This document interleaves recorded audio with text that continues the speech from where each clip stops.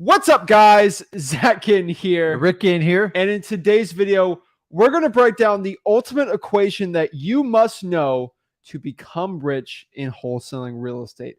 I'm super excited, guys. This is the one thing, if you can figure this out, you can pretty much print unlimited swaths of money, go out here and start making a ton of money in wholesaling real estate and really change your mindset. This is going to be the thing I think so many wholesalers need to know and so many wholesalers need to focus. And it's going to help you get your first deal, your second deal, even your 100th deal, right? Mm-hmm. And it all comes down to one really simple equation. And I promise you, your guru don't talk about it. The broke influencer for wholesaling don't talk about it. We're the only ones that really talk about it because we know what it takes to get you past that finish line, to get your first deal, to get your $100,000 in wholesaling real estate. We have everything you need to know in this video. So before I break it down, do me a big favor. Make sure you smash that like button and subscribe. And really, let's go out here and break everything down because I think so many wholesalers right now, they need help, right? They need help crossing that finish line and getting the first deal. So hit that like button, subscribe. We are live, guys. So comment below your questions. And what I want to do is just really talk to you guys and really break this down. So without further ado, let's get it going. Some people think they know the equation. It'd be kind of funny, but we're going to break it down. But the one thing is you might know the equation. We're not going to reveal it yet. We got to go through the intro, but are you practicing it? And that's the honest truth. So let's break everything down. Let's get it going. So without further ado, it's wholesaling time. Let's do it. Woo!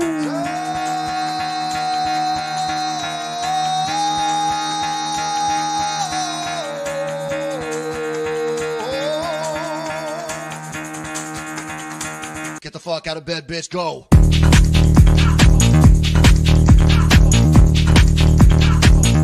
Get up, and then they got go.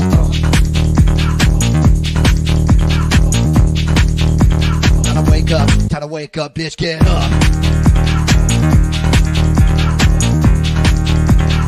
Get up. Get up.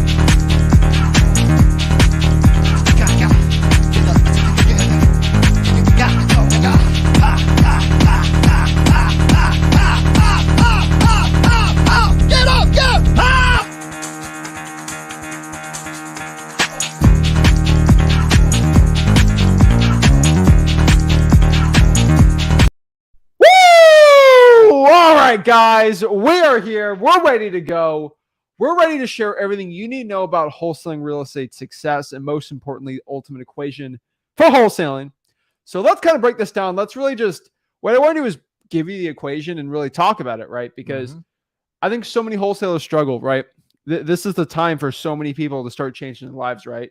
We got the end of the year coming up, and this is when people want to start making that change. That's when people want to start actually making a change in their life. And to make a change, you must change. And the biggest change I find from people getting the first deal to not getting their deal, to getting that deal finally is their mindset shifts, right? Once that mind shifts, everything changes, right?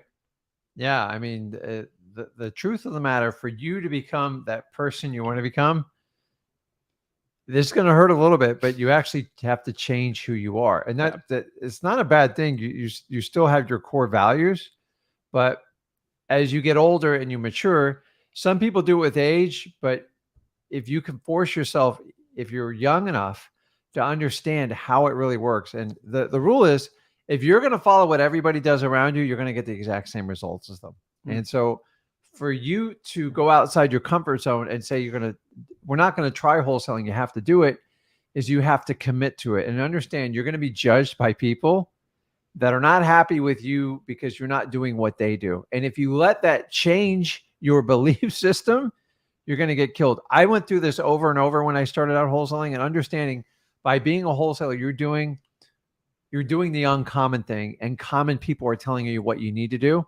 So only take direction from people that you want to be in their position and they validated it. So guys, that's one of the biggest struggles. You guys are all about the change. It's exciting. You get going a month or into it and you're like, my God, everyone's attacking me. Like, how do I keep doing this? So you're going to have to change. So why not, like a crab and a lobster has to molt out of its shell? You have to do the exact same thing. Ooh, I like Some that. do it quicker than others. Some struggle. Some try to get back in their shell. But like once you've grown, the word grow means you can't fit back in that shell. and use that as your analogy to become the best wholesaler to make that change permanent. You're giving some good quotes today. Let me give one quote I want people to do to sort of jack people up, right? Because the one thing before we break down this equation is I'm just going to you know how they do in medical school? They try to kind of weed the people out and try to give some scary statements and tests. So let me tell you a scary statement. You're going to have to work hard in this business. There's no ifs, ands, or buts. There's no secret thing that's going to change everything in wholesaling real estate. None of that, right? It's all going to be hard work. And if anyone tells you wholesaling is not going to be hard work, it's not true. The thing is, wholesaling real estate, you can make millions of dollars, but the problem is to make millions of dollars, you're going to have to work your butt off. It's anything in life. Think of any person that has gotten to an extraordinary feat in their life, man or woman. They all had to go through extreme adversity, extreme work, and extreme dedication. The quote I could tell you, which I've seen a lot lately, it's really cool. I don't know who said the quote, but if you want to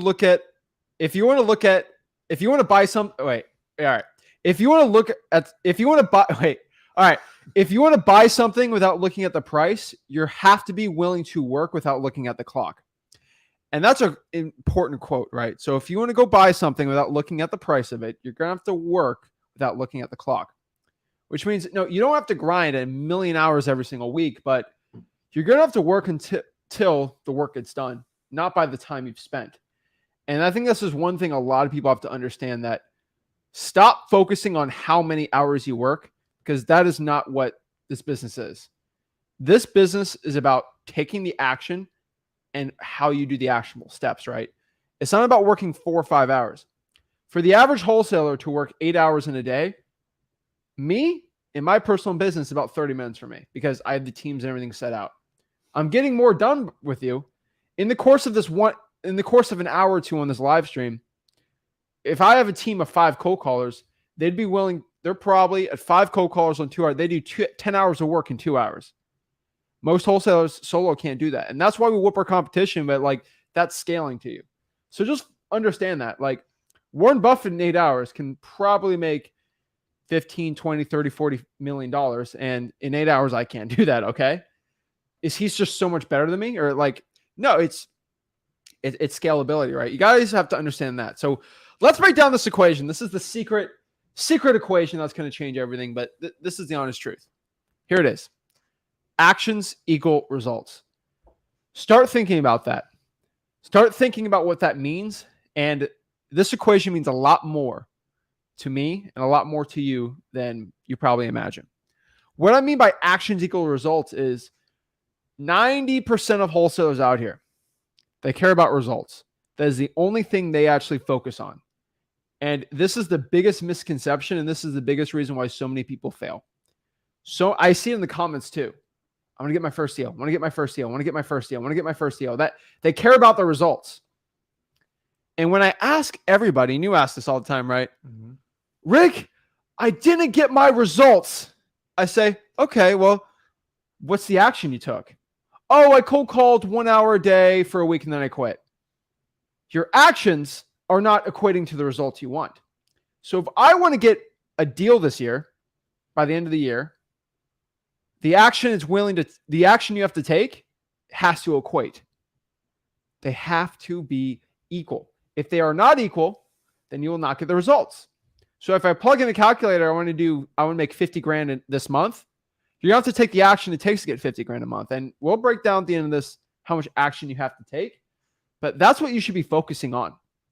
And once you start shifting your mindset to that, first of all, you eliminate excuses, right? So here's the funny part. Zach, I didn't get my first deal. This is my favorite one, right? Zach, this deal I got, the buyer fell through and I lost the deal. Don't say that. That is one of my biggest pet peeves. Buyers just don't fall off a deal just to say F you and give you the middle finger. And hey, I don't want you to become successful. Cash buyers don't do that. Cash buyers are smart. Cash buyers fall through and quit on the deal because, number one, you probably locked it up too high or you haven't talked to enough cash buyers. My favorite is, oh, I couldn't sell the deal. No. All right. If you have a deal that will cash flow $1,000 a month and you locked it up for $1,000, I'll buy the deal personally. DM me on a deal like that, right? Yep. That's an insane. There's always a cash buyer. There's always. It'd be probably me. Okay, worst case scenario. There's always cash buyers. The question is, did you lock it up for too high, or did you not talk to enough of them? Once you start saying words like that, like the buyer just fell through. Like it's a normal thing for deals to be lost like that. No. Whenever I lose a deal, especially in this business this year, it wasn't because of it just magically fell off. There's an underlying reason to it. And when you have to start becoming accountable for your actions, the results will follow.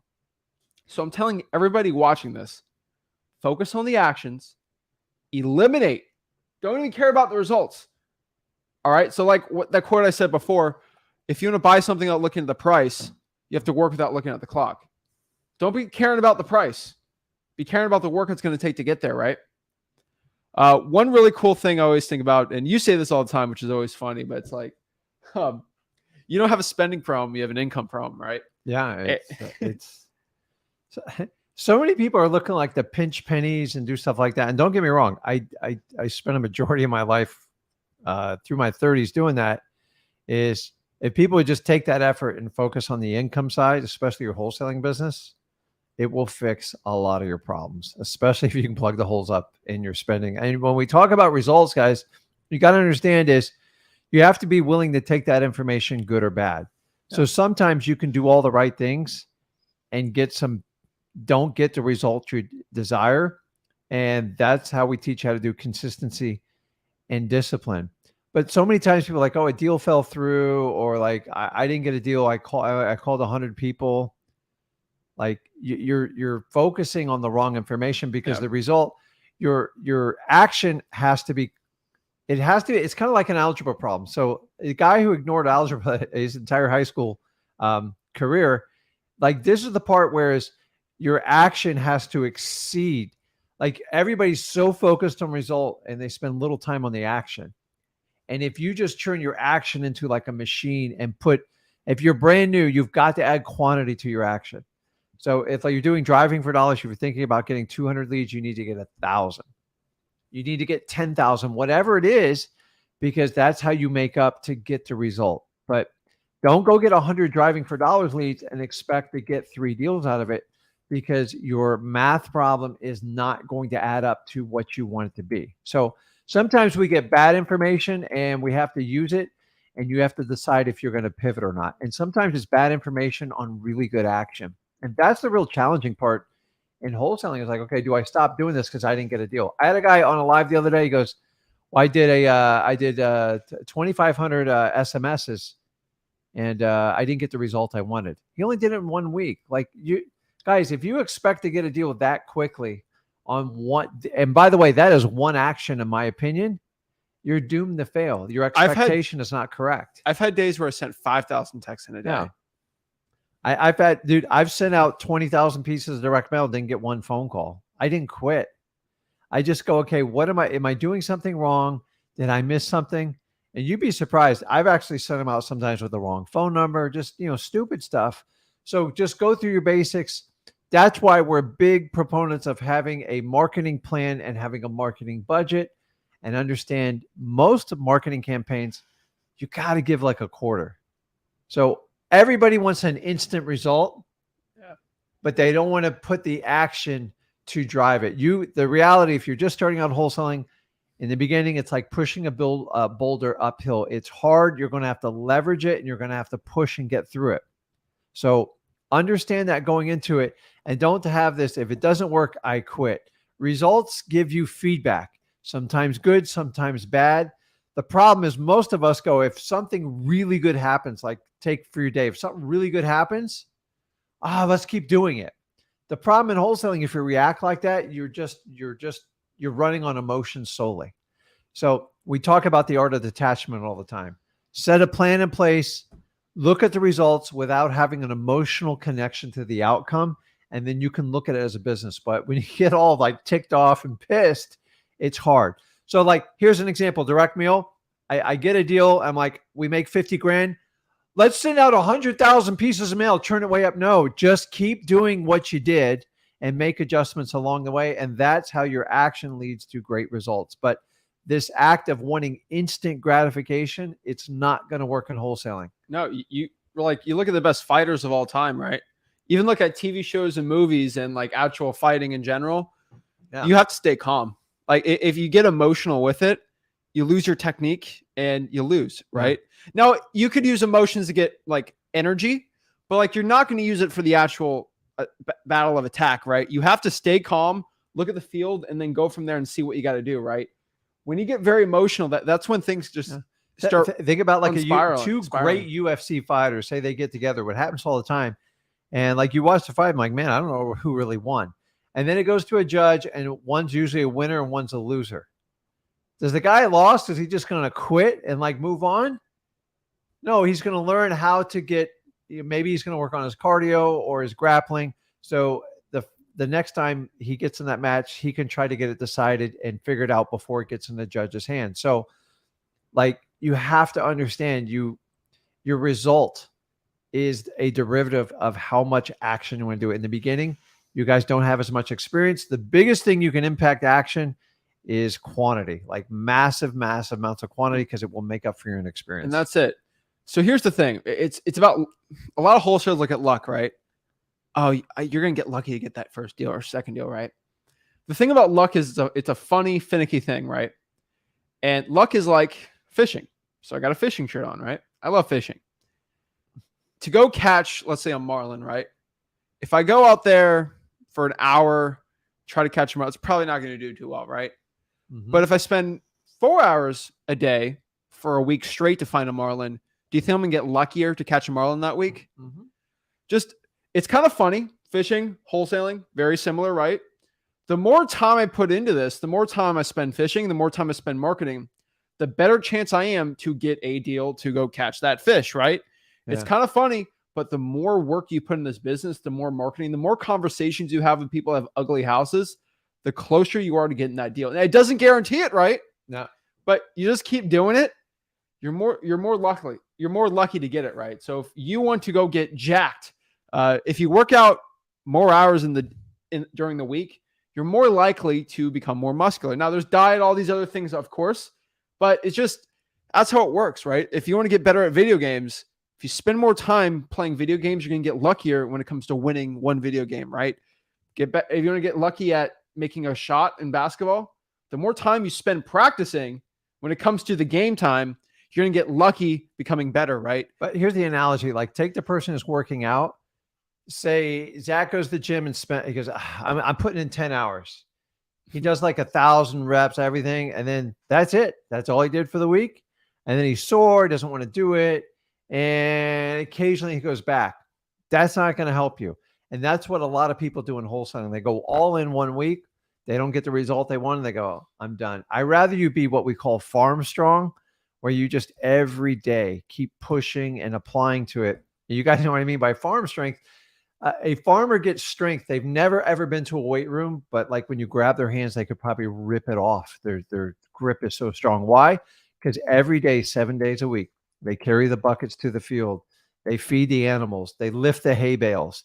You have to do the same thing in wholesaling. You have to make the phone calls. You got to get your marketing list, and you got to be emphatical about it, meaning you just have to do it every day. And the repetition and the quantity over a long period is what's going to give you the result.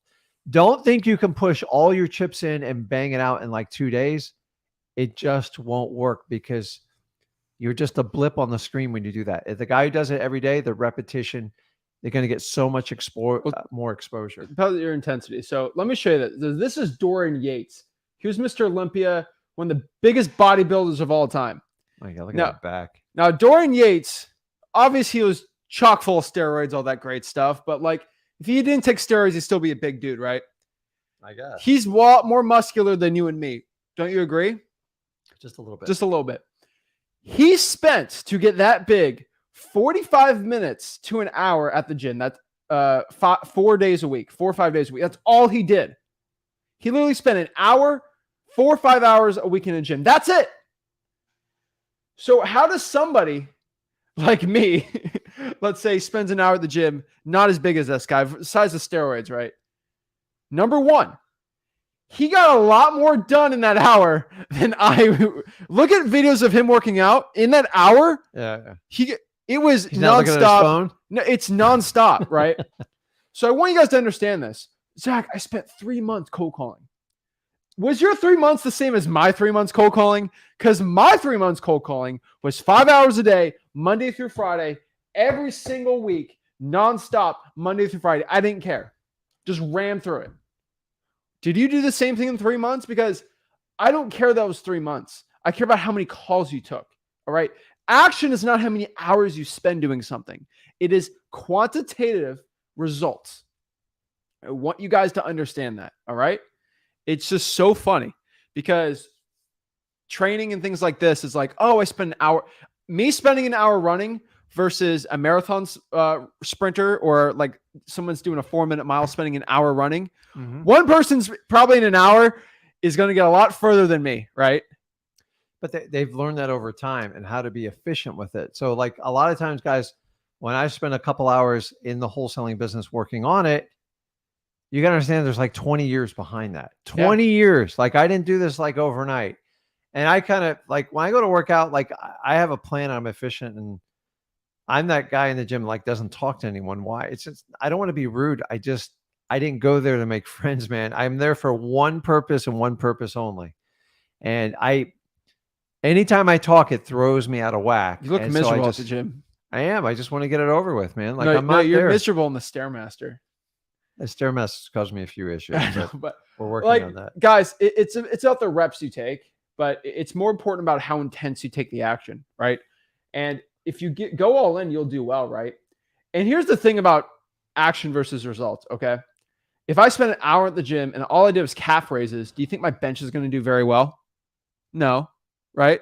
Your bench needs work anyways. Oh my bench is pretty good. But what I could tell you is I might say I did the action. Oh, I did calf raises all day. But if the general thing is to be healthy or have a good bench or be good at pull-ups, that's the wrong thing. So if someone might say I cold called for 5 hours today, but you cold called a pre-foreclosure list, that's not a good list to cold call. These people are getting loan sharks and bank servicing companies calling them. They don't want to answer, right? But if I cold call, let's say, a probate list for 5 hours, that's way better. So remember, there's a lot going on here, but just understanding the action you take, but also the type of action. So like doing the right list, the right skip tracing is going to be another part into those results. Because if you have terrible list you're calling, you have a terrible script, your actions are going to be terrible, and that's going to lead you to bad results, right? It's about taking good action, right?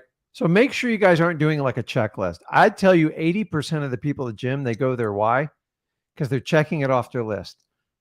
I have a huge pet peeve with people being on their cell phones the entire time while they're working out. But the thing is, don't cold call just to check it off of a list. Cold call to get deals. And when you churn the quality versus quantity, meaning you're like, I'm trying, when I get somebody on the phone, like I'm listening, I want to hear them out.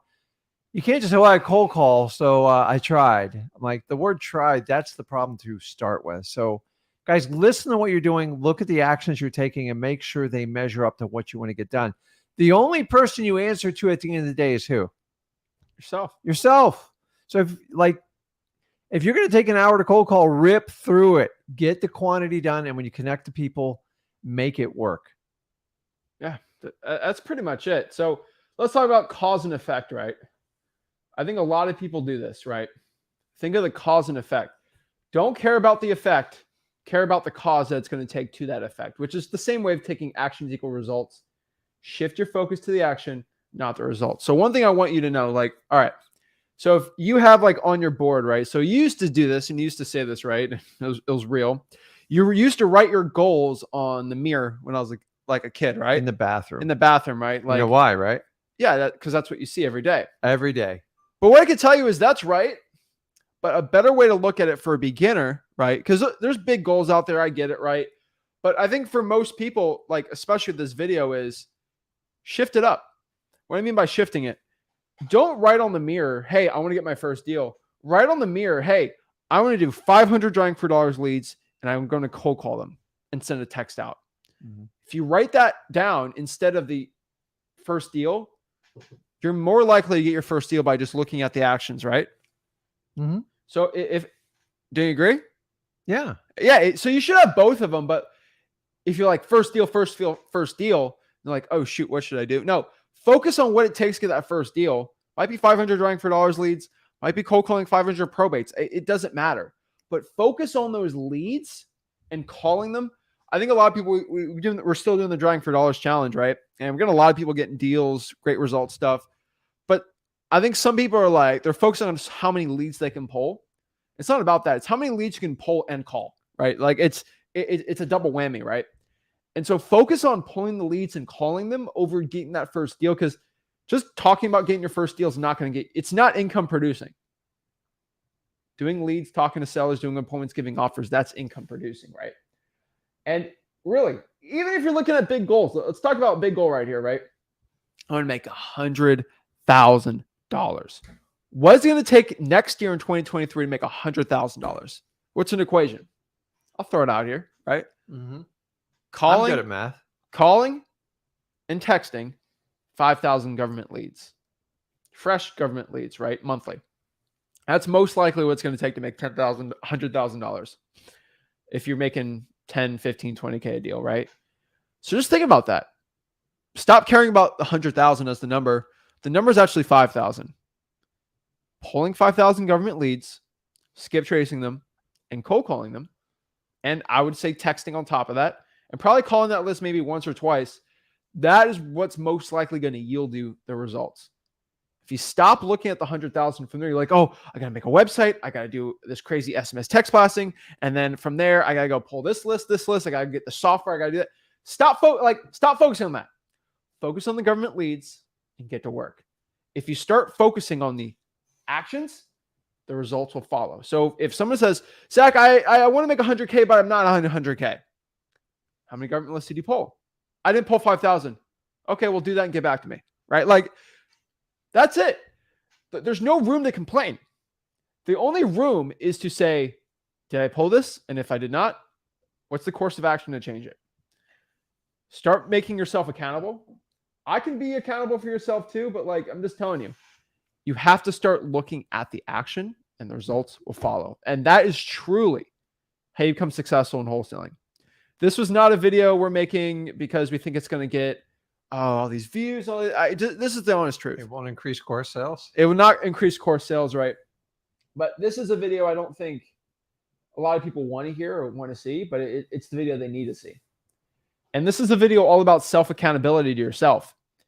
And when you're looking at the course of what you're doing, and I know a lot of people are serious about getting results. If you're serious about getting results, you got to be serious about your actions. And if you're not, you won't be serious about, making the money. So that's what I think about it, right? Actions equal results. And that's the honest truth. So let me know if you guys have any questions about that. Let me see if you agree. If you don't agree, I'd love to know. But yeah, that's pretty much it today on the equation to make you rich. So one thing we got to get into now, which is probably the most important part of this video, because, tomorrow is Turkey Day, right? Tomorrow's Thanksgiving, which means, is it? Yeah, which means Friday's coming up. And since Friday's coming up, it's a Black Friday. I got told from my boss, who actually owns the coaching company we own. We're just the faces of it. We actually have some of that we have to pay a really big percentage of our coaching fees to, because you might not know this, but a lot of coaches, I'm getting in trouble saying this, there's actually companies that actually own them. And I don't want to get into it too much. Y'all can do independent research. Y'all are free thinkers. You won't ever hear this, but there's corporations that actually get a huge cut of every single course sale because they're puppets. They're literally puppets to the guru bosses. So you got guru here. Somebody actually owns the guru company and tells the guru what to do. They're basically paid actors. It's kind of fun. I'm not going to break it down, but maybe I start asking some questions to some gurus. Not every guru is like this, but a very high percentage. You'll be very shocked. The game is very surprising, right? When we got pitched to do a show on a major TV network, multiple TV networks, they didn't have us sign any NDAs, but it was pretty funny. So we're allowed to say this. I didn't get into that part, but they kind of sat us down and told us, hey, if you're going to be on this TV show, we're going to control your social media. We're going to tell you what to post, how to post, and how frequently to post, and what to say and what you can't say. And if we don't deem it, and here's Sarah and Sarah is a showrunner, and not the showrunner, but I don't know what they called it, but you have to send every social media thing you're going to do to them. They have to approve it. YouTube, Instagram, all. I'm like, screw that, right? And plus, screw that. Plus, they want you to have a script, which what's the point of a reality show if listen, everything that has a element of reality in it is pretty fake. Why? Because they just want to get views. And the reason why a lot of the gurus want to get views on their YouTube channel and stuff, so they can get more eyeballs on their courses. So you guys, the one thing you got to watch out going forward, free is no longer what the free means. And me and Zach are on a mission that actually make free what it's supposed to be. Because aren't you guys tired of being tricked into everything? It's like, I'm going to give you free content. So here's how you know if you're getting free content or not. Just see if they got a coaching program and you got to do a discovery call, and I'll save you the hassle. We'll do this. If somebody has a free wholesaling course, go through. You could sign up, go for it. I probably would not. But here's the funniest part. Every free wholesaling course I see in wholesaling, I've seen like about 10 of them, and I'm signed up for all of them. They'll teach you marketing. They'll teach you they'll give you one cash buyer video. And then there's an acquisitions video on how to close sellers. You click it and says, that's a premium content. Click for a discovery call. They won't teach you the acquisition. So they'll make you learn marketing. They'll teach you a little bit of dispositions, and then you get a little confused, like, wait, how do I close sellers? They're confusing on purpose. I'll make it very clear if you pay me my 8, 9, 10 grand, right? Here's the thing. These gurus are driving me crazy. You're going to see a ton of Black Friday sales. My phone is inundated with them right now. Yeah, so we're doing our own Black Friday sale at freewholesaling.com. We are, you know what? I did 50% off. Screw it. We're doing 80% off freewholesaling.com today. One day only for the next 4 people that sign up, 80% off. So we are going from $0 is our full price, 80% off of that. Hold on. I think we're going to owe them money. No, I got to do the math. What is...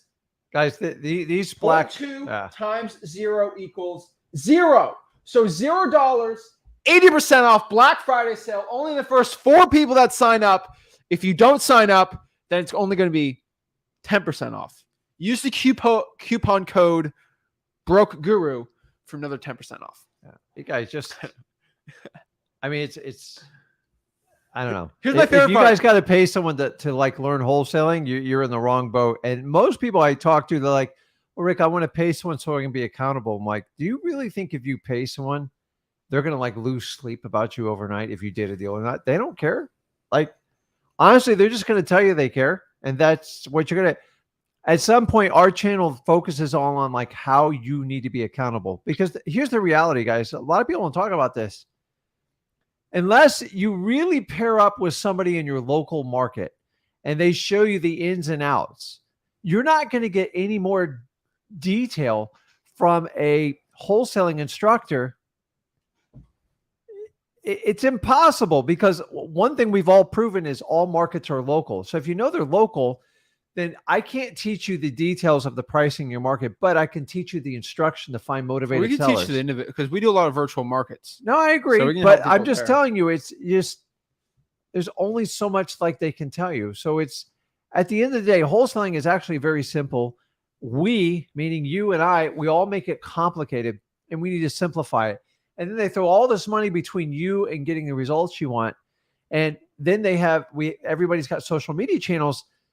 You all say like all the social media channels on anybody who sells a coaching course, it's very bland. Why? Because they can't talk about their course, which is 90% of what we talk about. We have fun on here, but the reality is, like, we go through. So when we do the lives with you guys, we walk through, hey, this is what you need to do. We also go to freewholesaling.com, show you how to do it. We go to Mailing Mastery, show you how to do it. You go to Zach Data. I mean, this is endless. We provide solutions without putting a financial barrier for you to learn a basic skill like wholesaling, which you learn your ABCs, nobody charges you. You imagine your parents going, I'm sorry, you have to pay me to learn your ABCs. Here's the thing. If you want to know, here's the problem with Black Friday. If you want to know the funniest part about Black Friday, they'll tell you $1,000 off the mentorship. Are you ready? I've actually seen this. $1,000 off the $2,000 off the mentorship. Okay. $2,000 off of what? Call for discovery call. But you'll get $2,000 off of it. Oh. But we're not going to tell you the price. It's the funniest thing ever. They hide the price from you. Could you imagine if you went to the grocery store to buy a turkey and it's a mystery per pound? This is the worst thing. Have you ever gone to a menu? I mean, remember I used to not make as much money. Market price. Market price, like that's what gurus should put on their thing. Market price. And you know what?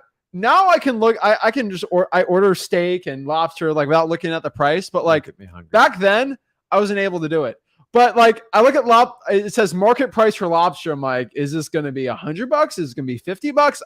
Sometimes it's like $150. But I'm like, you know what? And what's the waiter waitress tell you? Like, if you got to ask, you're probably right. You're not going to like it. My thing is like if Tony Robbins can put all his programs on it, and he has programs up to $100,000. And people line up out the door for him, and the discovery calls after they already know the price. You know the reason why they don't want to put the price on there, right? Less sales. Well, number one, it changes constantly. And number two, the data says the minute somebody gets an expensive price, they're just going to hang up on you. So how do you feel about being talked into learning a basic skill set? And then they're going to hide the price on it. Like to me. So what I hate in this whole business is the word value. It's beyond abused. What is value? And the reality is what me and Zach is value. Like nobody can exceed our value. Why? Because we're going to give it to you if you paid us or not. Well, it is value. So look at this. This is the way I look at it, right? This is not college. Okay. This is elementary school. So we look at real estate, right? Real estate wholesaling. You look at real estate investing. It's like college. And then you got all this crazy stuff. Wholesaling real estate specifically is elementary school. Okay. It's kindergarten through 5th grade. And I want you to know is if you look at this, and this is the funny, let me give you a quick analogy about elementary school. Okay. Elementary school, you learn your ABCs, you learn basic math. You don't do anything crazy in elementary school, right? It's kind of wholesaling, right? You make millions you can do very bright, right? They should have wholesaling as a course. They should. You know what? They should. Okay. Here's the thing. You can pay a guru to learn your ABCs, right? Like, so you can go to a crazy elite private pre-K or a private school for elementary school, and you go to public elementary school. I could tell you straight up, the difference in the difference in the education and getting elementary school is not going to be crazy insane. Like it's really not. Like basic. It's so basic that paying $50K a semester for the private 2nd grade is really not going to make you any smarter. And one thing I can tell you is this is our big riff I have. In 5th grade, they had the gifted program. And they never put me in the gifted program because I don't know why. Parents go nuts for gifted. I know. I was never. That was a big part of me. You never even wanted me in gifted program. I didn't because my kid's gifted. So here's the thing. You look at the gifted program, okay? I was never in the gifted program. But I always got straight A's, but I was never in the gifted program. There's a reason why. You look at the kids from the 5th grade gifted program. They all went to the same high school with me. And then you look at the public school kids that didn't go through the gifted program or the private schools. The ones that got into the top universities, the people that got in the top public schools, top people that got full ride scholarships, I would say about 10, 15% of them were in the gifted, like the gifted kids got in it. And most of those kids in the gifted never got the top results, right? And what that means is the private, because the gifted kids got the special, insane, like dedicated thing.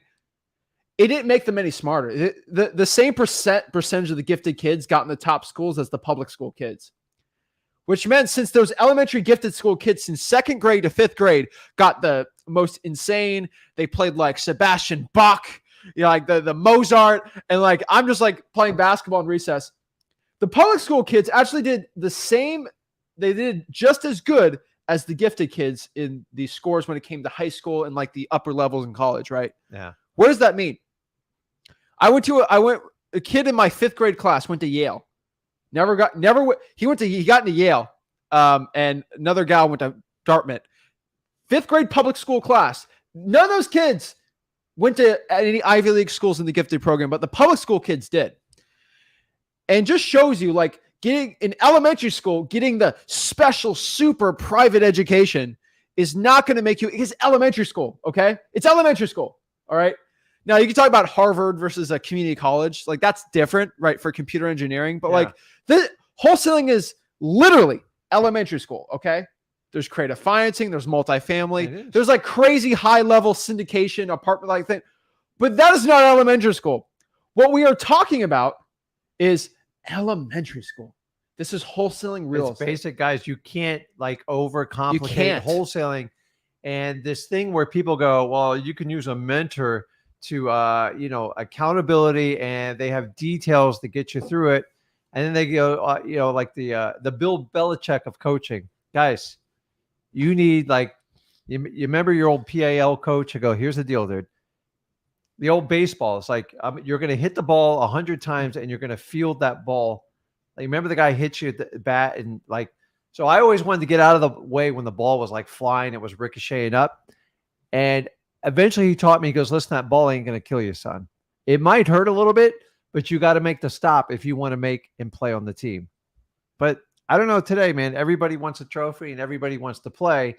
The reality of the world is if you want to put the work in and you'll put in the time, it'll work. But I agree with wholesaling. It is a rudimentary, people overcomplicate it. Guys, notice our goal is to get you to your first deal and get your first $100,000. You can agree or not agree with it. It's our opinion. For 90% of people watching, it's key to get your first $100,000. Now, I would say about 5% of the people watching are making over $100,000 learning from us. And those are people we help at freewholesaling.com. We help those people out. For most people watching this, our biggest goal is to get you to that $100,000. Middle school is $100K to a million, and then high school is $1 million plus, and then you got the crazier levels in there. But that's kind of what we want to help most people out here make to $100,000, right? That really gets you in a comfortable position. And then for the 5% people watching that is finally at $100,000 consistently, now we're gonna help you make $1 million, right? And we help a lot of people out there. We do scaling videos. But for most people, that's the point. It's not for everyone. Trust me, you have to be elite to get there and do it. But listen, wholesaling, you do it to achieve the lifestyle you want. It can't only be about the money. I promise you, because if it's only about the money, you ain't going to make it. So if you desire freedom, if you want to do what you want, when you want, if you want to be in control instead of depending on other people, this is a great way to start. So why not start wholesaling? Work with us. I have 21 years experience. He's going on 6. That puts you at 27 years experience. I haven't found many duos that have much more experience than we do. And here's the key is we still operate a wholesaling business. And the reality is most gurus, they don't. And when you guys, so I see in the comments, once you start asking them questions, that's when it falls apart. Do you know most people never, ever question a guru on anything? When they're on stage or anything, can you ever ask anything? It all sounds like a picture perfect story, and it sounds like a Facebook post. The reality is this business got a lot of ups and downs, and this wholesaling is simple. It's basically a grade school skill, and you need to learn how to get your first deal and get up and running. The problem is if you guys spend $5 or $10,000 to get your first deal, and by the way, most gurus are going to push you to use paid advertising methods. Why? Because it's easier for them. Because it'll show you a more instant result. But say you spend $10,000 in advertising and then you spend another 10 on the guru and you're 3 months and you don't have a deal, then what are you going to do? You're in big trouble then. So the reality is if you can learn how to do a deal with little to no money, imagine what I can do when you actually earn money from your profits and you learn how to scale this business. You are going to have infinite success. Instead of being these one-hit wonders with gurus, most gurus go, hey, listen, he got a deal. They actually take credit for you guys. Are you kidding me? You did the work. The guru just, maybe they gave you some good tips on it. I'd like to take full credit for everyone's I take deals. No credit for people that become successful. You guys do it. We just give you instructions. And so we focus on action. What I tell you is about 5% of the game, right? So 5% of the game of you getting your first deal, making first 100K is just knowing what to do. But 95% of it, everybody can know what to do, right? So it's like me teaching you, how to, be healthy. People know what to do to be healthy. Yeah. Sleep well, eat right. It's just basics, right? So let me ask you, if I stop eating today, I should be significantly lighter by tonight, right? No, it's over time. People's mentality. But here's the thing. You know what to do. It's just you actually doing the action. That's what it's going to take. That's how you're going to know if you're actually being successful or not. Because you know what to do to be healthy. Yeah. But 95% of the battle is you working out, eating right, all this stuff. So I don't take credit when you guys become very successful, get your first, second, third. We're It's just all about excited them. for you.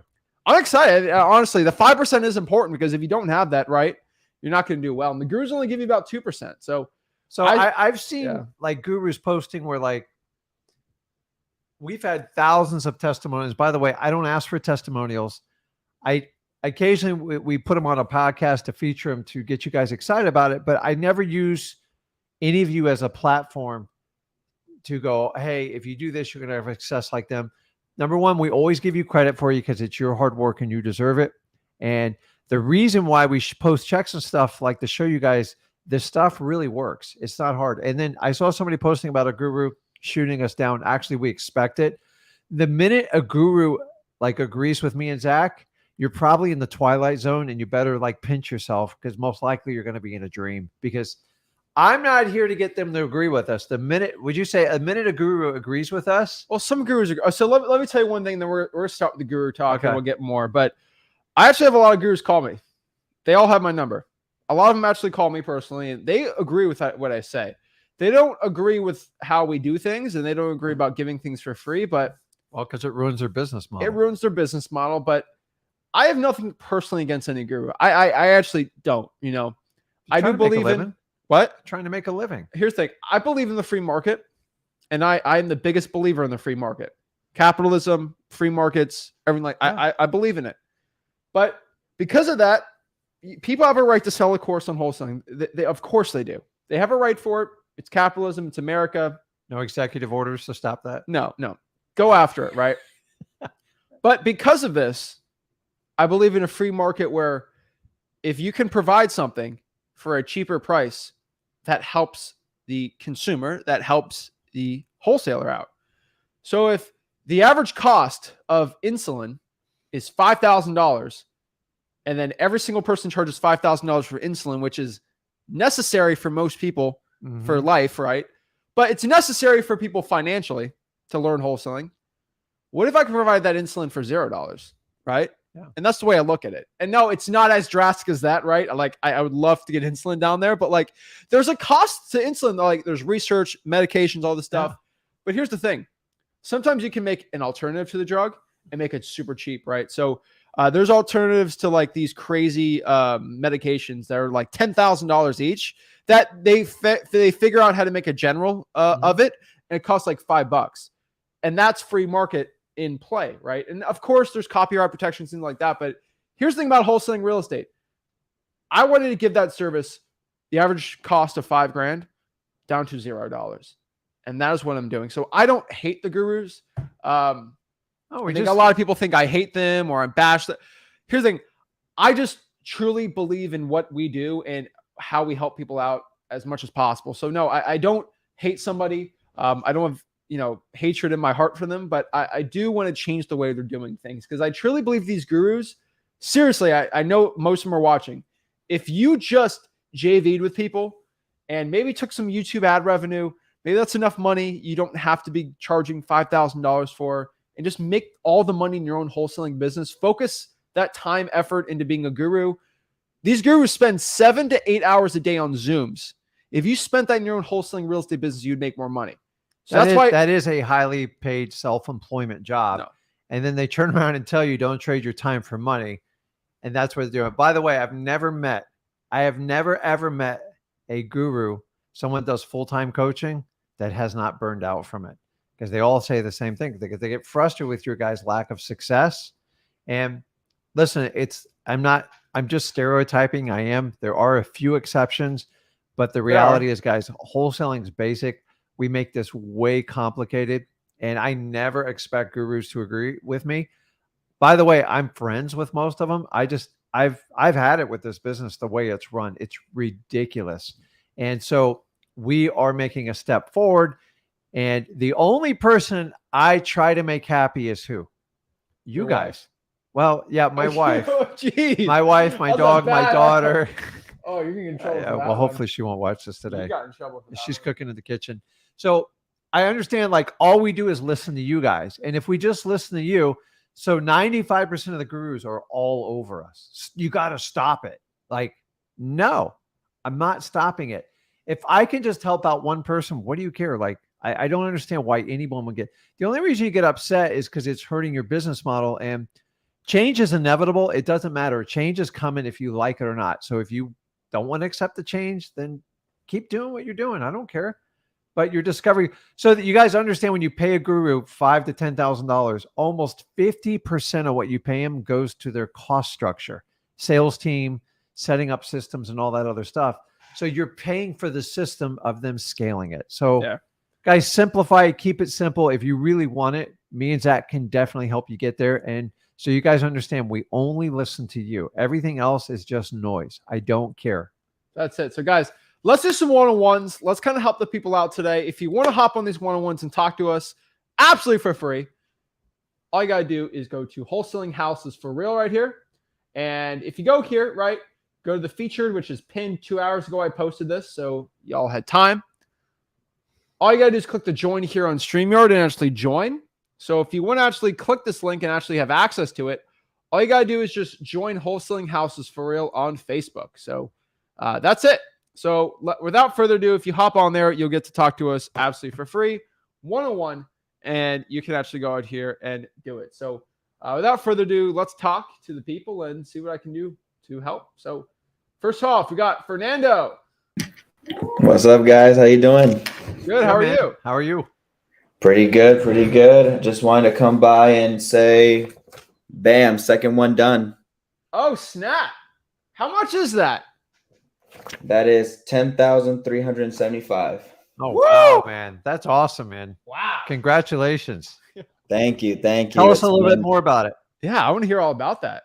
Yeah, so it's been 5 months in the work since my first deal. So I've been grinding, getting at it. That was a reverse driving for dollars lead that Awesome. I left a sticky note on, and the realtor actually called me. So the seller got the property from their mom, who passed away, unfortunately. And the house was like completely gutted. Like they were in the middle of remodeling it, but she passed away. And so I put the sticky note on there because it was as a probate lead.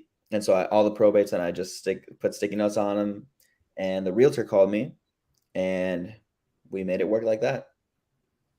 We made it. Sticky notes work. Yeah, sticky telling notes. Yeah, That's we're awesome, not just man. giving you guys exercises to like waste your time and energy. I promise you. So What I say, you know what? Fernando took it and he got his second deal there. So I love it. Dude, that's awesome. How does that feel, man? Well, it feels great because imagine like going 5 months just grinding and not seeing a result, and then finally like one came up. Especially now with everything changing, everything being a little bit harder. I was like, man, I wonder if this is I wonder what's going on. But luckily it panned through. So and in between the first one and the second one, I had two that fell through, which is funny that you mentioned before about deals don't fall through. I guess, yeah, the two ones that I did before, I just got them at a higher price than what they were worth. So Well, you learned from it. yeah, exactly. But yeah, and so on to the next one. I guess I'm gonna ask you all the same question that I asked you the first time. What I do now. Keep going. Like you got to keep the sticky notes going. You got to keep just after it, right? repeat it. And you don't know this yet, but as you move forward, you really learn how to talk to people a lot better. So yeah. like when that next deal comes up, you're going to find a lot more profit in it, and you're going to have a lot more options. And especially rolling into 2023, guys, we have change coming to the market, and what seems difficult now is going to be your greatest strength in 2023, because change is why people make decisions in real estate. Remember, real estate is nothing more than a symptom of human problems. Mhm. So people are starting to accept would you say people have accepted their prices aren't going up anymore, right? Yeah, for sure. There's some So- people that are still kind of delusional, but yeah, for the No, most that's part, correct. So that's phase one of a deteriorating market. people- Okay. Remember, real estate takes so much more time to drop than stock markets, stuff like that. So real sellers have accepted their prices aren't going up. So they do this, what we call a downward spiral. So now we're in the process of them chasing yesterday's prices. Okay. So if I said, say a realtor said, listen, 4 months ago, listen, I probably sell your cells for 200. And then here's what we're going to do. We're going to use the strategy. We're going to list it for 219 and see if we can get someone to overpay. Okay. Yep. Lo and behold, the market drops, interest rates go up, buyers drop, inventory's like just smoking up. And after like a month or two, they go, well, let's drop it to 2099. Okay. So then they drop it for another month. And then the seller is going to call and go, listen, what the heck's going on here? Like, we're not even getting offers, nothing. He's like, yeah, the market's changed. We're going to have to get below 200 to even get an offer. Okay, was that going to sell it low? That should get us the action. They're at 199. So do you see how they're constantly chasing yesterday's price? Yeah. This will go on for probably another 3 to 6 months. And then you're going to get to a point where there's so much inventory, there's so much choice on the market that buyers are going to be like, they'll just pick whatever they want. And sellers will do what we call give up. They're just going to go, just sell it. Okay. I've been there. We've all been there to a point. And when that happens, those that are prepared and know how to negotiate with people will do very well, because we are now past the price increases. Everyone's accepted their prices are flat, if not dropping. And now they're doing the spiral downward. So they're always chasing yesterday's prices. At some point, they can only live so long having a vacant house on the market, making payments, insurance, taxes, mortgage payments. And you're going to see this just get worse. So knowing that going into 2023, it's frustrating right now, because even you guys are going, well, these prices are looking good right now. They're not, guys. You're looking at yesterday's prices. They're only going to get much, much cheaper. And you got to realize it. So it's like looking at a stock. Say you were looking at the Tesla stock and it looked really attractive at 300.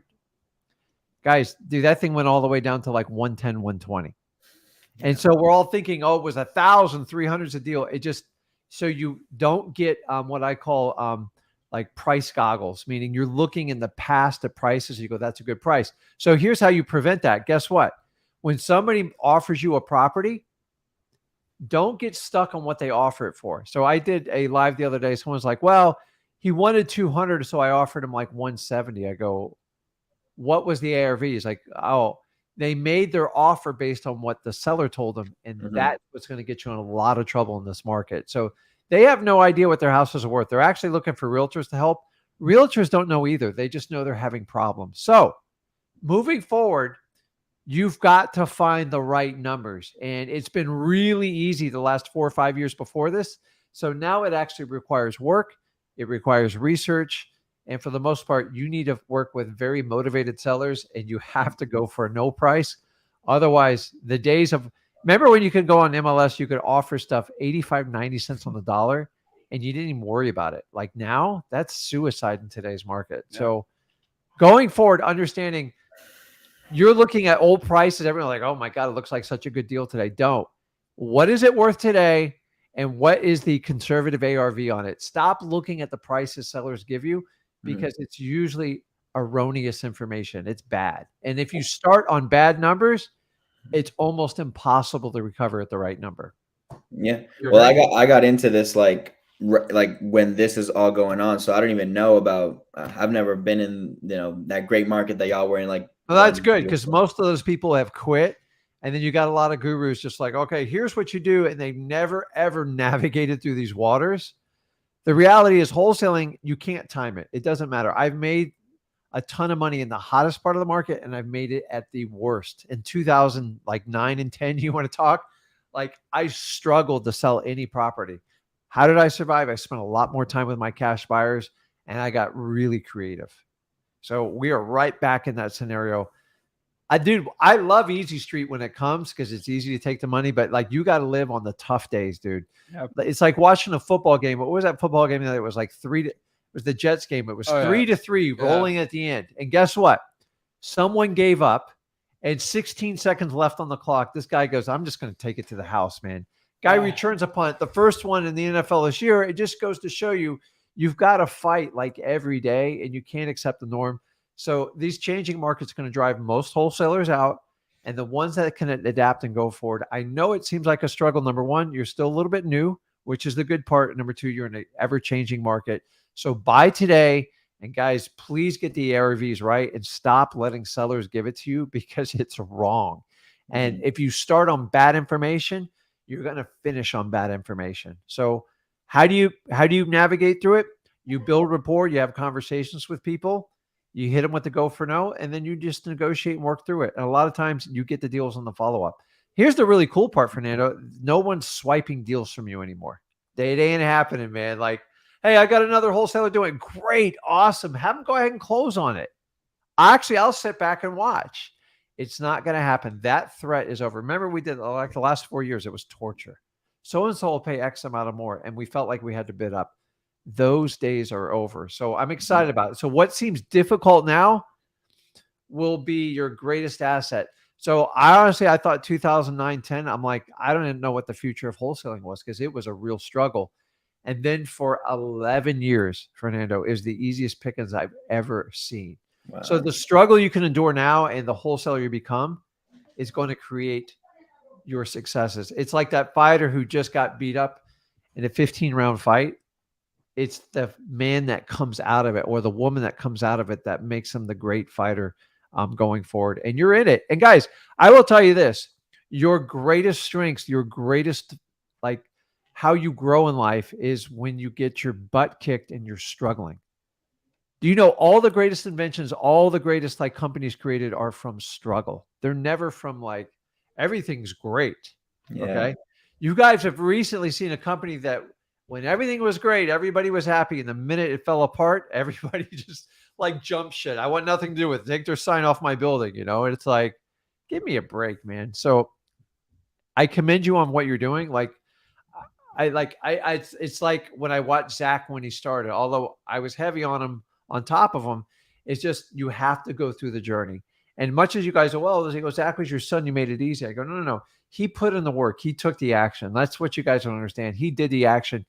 He did action tenfold what the average person would even try to do. And that's what you got to take out of it. So congratulations on your success. Just keep doing what you're doing it. And then just keep trying to increase your actions, the level of actions you take, because now you have the ability to point it a little bit more precise. And before you were just kind of like, shoot an open net. And now you're like, okay, I've had success. So some of my greatest, here's another tip for you guys. Look at the deals that you've closed and use it as a real learning lesson. How did I get that deal?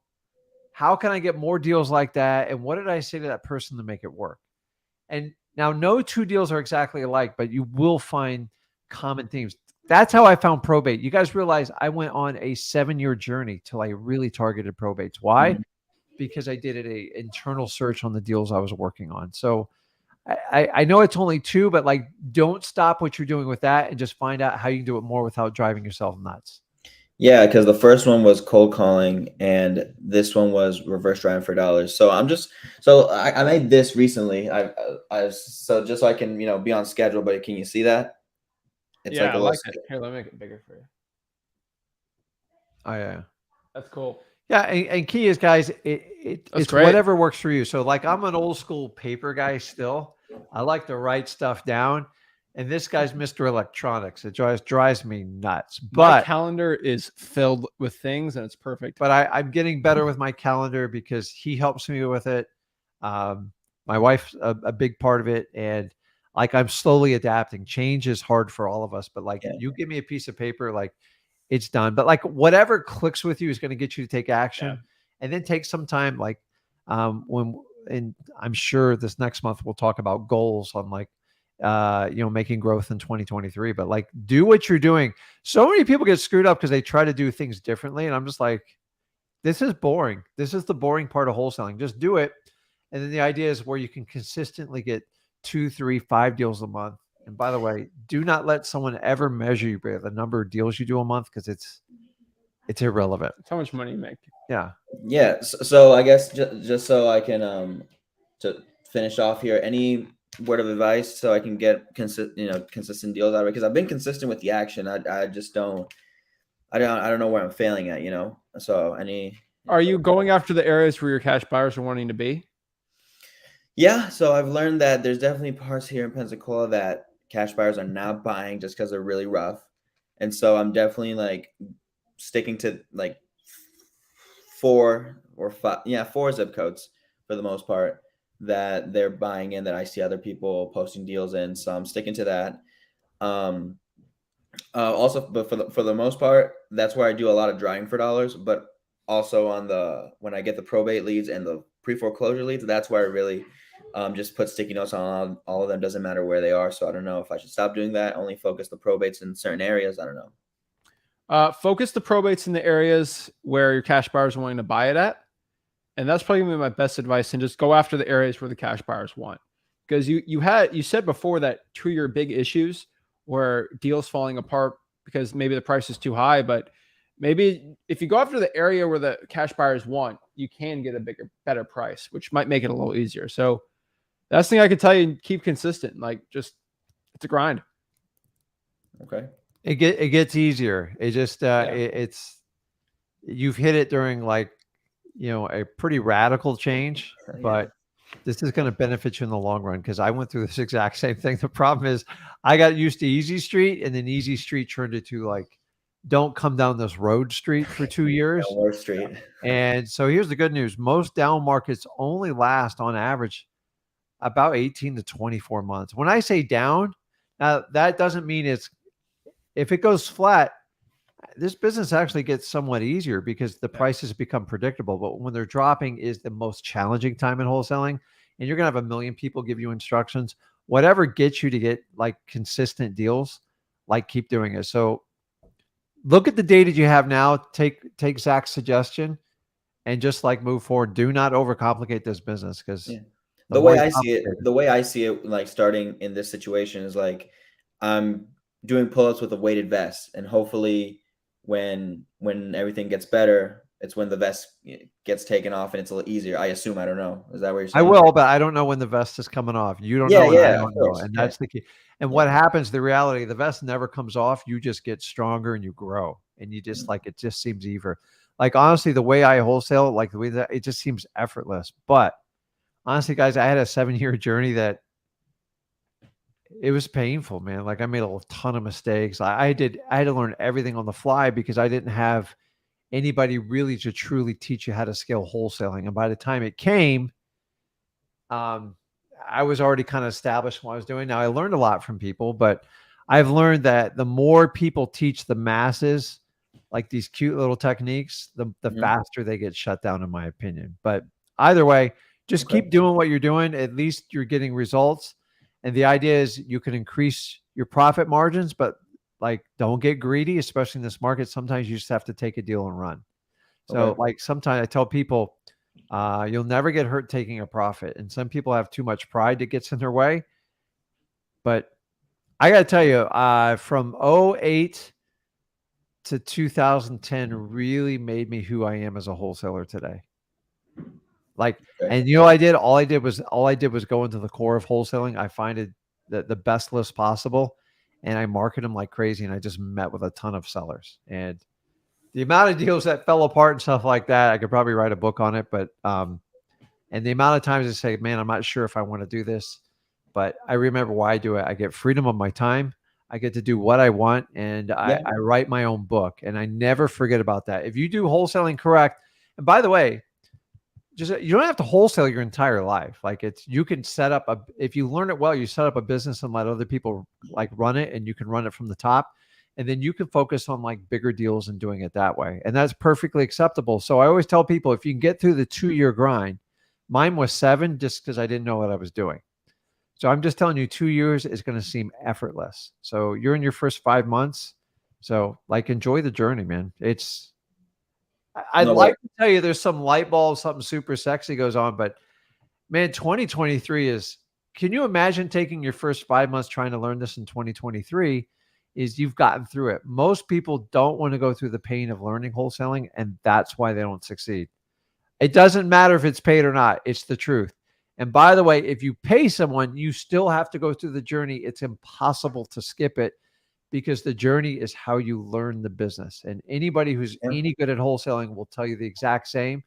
And any guru who tells you you're going to skip it, is just after the cash in your wallet. End of story. So keep doing what you're doing. That's the honest to God truth. I know it doesn't sound sexy, but it is the truth. Okay, I'll do that. And thank you guys. Appreciate everything. Okay, Appreciate keep doing it, man. all the Great info. job, Fernando. Keep it up. Thanks, guys. I'll post it on the group so you Okay. y'all All can. right. Love it. Awesome, man. Keep it up. See you. Thank you. Boom. Awesome. And then next year we got Christian. Hey, what's going on, guys? What's up? How What's are you? up, man? I'm doing good. I had a quick question for you guys. Yes, I think it was yesterday. I was just curious about when do you put your leads into Podio, and if you can shed some more light on how to effectively use Podio. Podio is pretty simple, man. You click add lead and you put the lead in if you follow the freehosting.com tutorial. If a seller I wants to watched sell it. their I was house, you curious put it in about when, Podio. kind of. So what's the question? It was more about when, because I saw it yesterday. You said if it's a good lead, then you put into Podio, or am I putting Okay. all the leads into Podio, or like? So once somebody wants to sell their house, you put it into Podio. Yeah, you have to define what a lead is. And a lead Okay. is someone that they have to have some sort of interest selling to you. So Okay. a lot of people make the mistake of uploading their prospect leads in the Podio or any CRM, and that will just confuse the heck out of you because now you've got thousands of people in there and you don't even like know what their motivation is or if they even want to work with you. So if I had 500 people and I'm cold calling for the next like 3 hours, I'm only going to take the people that want to progress and move on. Okay. Because you have to filter. Okay. Otherwise, I'm going to tell you after 3 months, your Podio, it looks really cool. You got like 5,000 people in there, but you're only working. But none of them want to sell the house. Yeah. So you have to, the idea of the CRM is so you can work at a scalable level so you don't have to memorize everything. So if they want to sell the house, put it in Podio. So define a difference between a prospect and a lead. And the idea is to convert your prospect to leads. When it's a lead, it goes into your CRM. Keep it that I think that simple. explains it perfectly, actually. Yeah. Awesome. Prospects confuse you.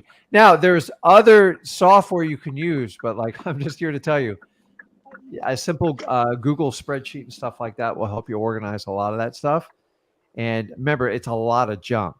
So you have to the biggest part of wholesale in the beginning is filtering. So you spend more time. Would you say you spend more time qualifying or disqualifying people in wholesaling? I would say qualifying them. You spend more time disqualifying. Because if I deal with 100 prospects, probably less than 10% are interested in talking to me. So 90% is disqualifying. So if you put that 90% into your CRM, it's going to overwhelm you because it's going to be, so you can keep those lists separate and then pull them off your prospects into your leads. And once you understand leads are, whenever you bring anybody on your team or to help you out or a VA, anything like that, have them follow the same philosophy. So you know when you're looking in Podio, you're only dealing with people that have interest in working with you. Yep. Perfect. Okay. That explains it perfectly, actually. Awesome. Okay, man. I think I was confusing the two things between a prospect and a lead. No worries. Any other questions? No, that's it for now, man. I just want to say thank you. I really appreciate what you guys are doing. And the first half of the live was so true because I see in almost every industry now there's a coach and trying to sell something.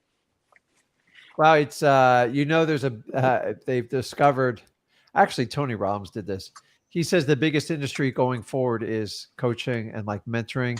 And listen, I don't have a problem with it. I love like to learn how to do stuff, but the problem is when you get someone that did 3 or 4 deals and now they're a coach and an expert and they're telling them to reverse engineer it from there. That's where I have like issues with it. Like I'd like to see someone like bang out 100 deals minimum before that. And even 100 is not a lot, but the problem is there's like no licensing for this stuff. So like anyone can do it. So it's hard to believe.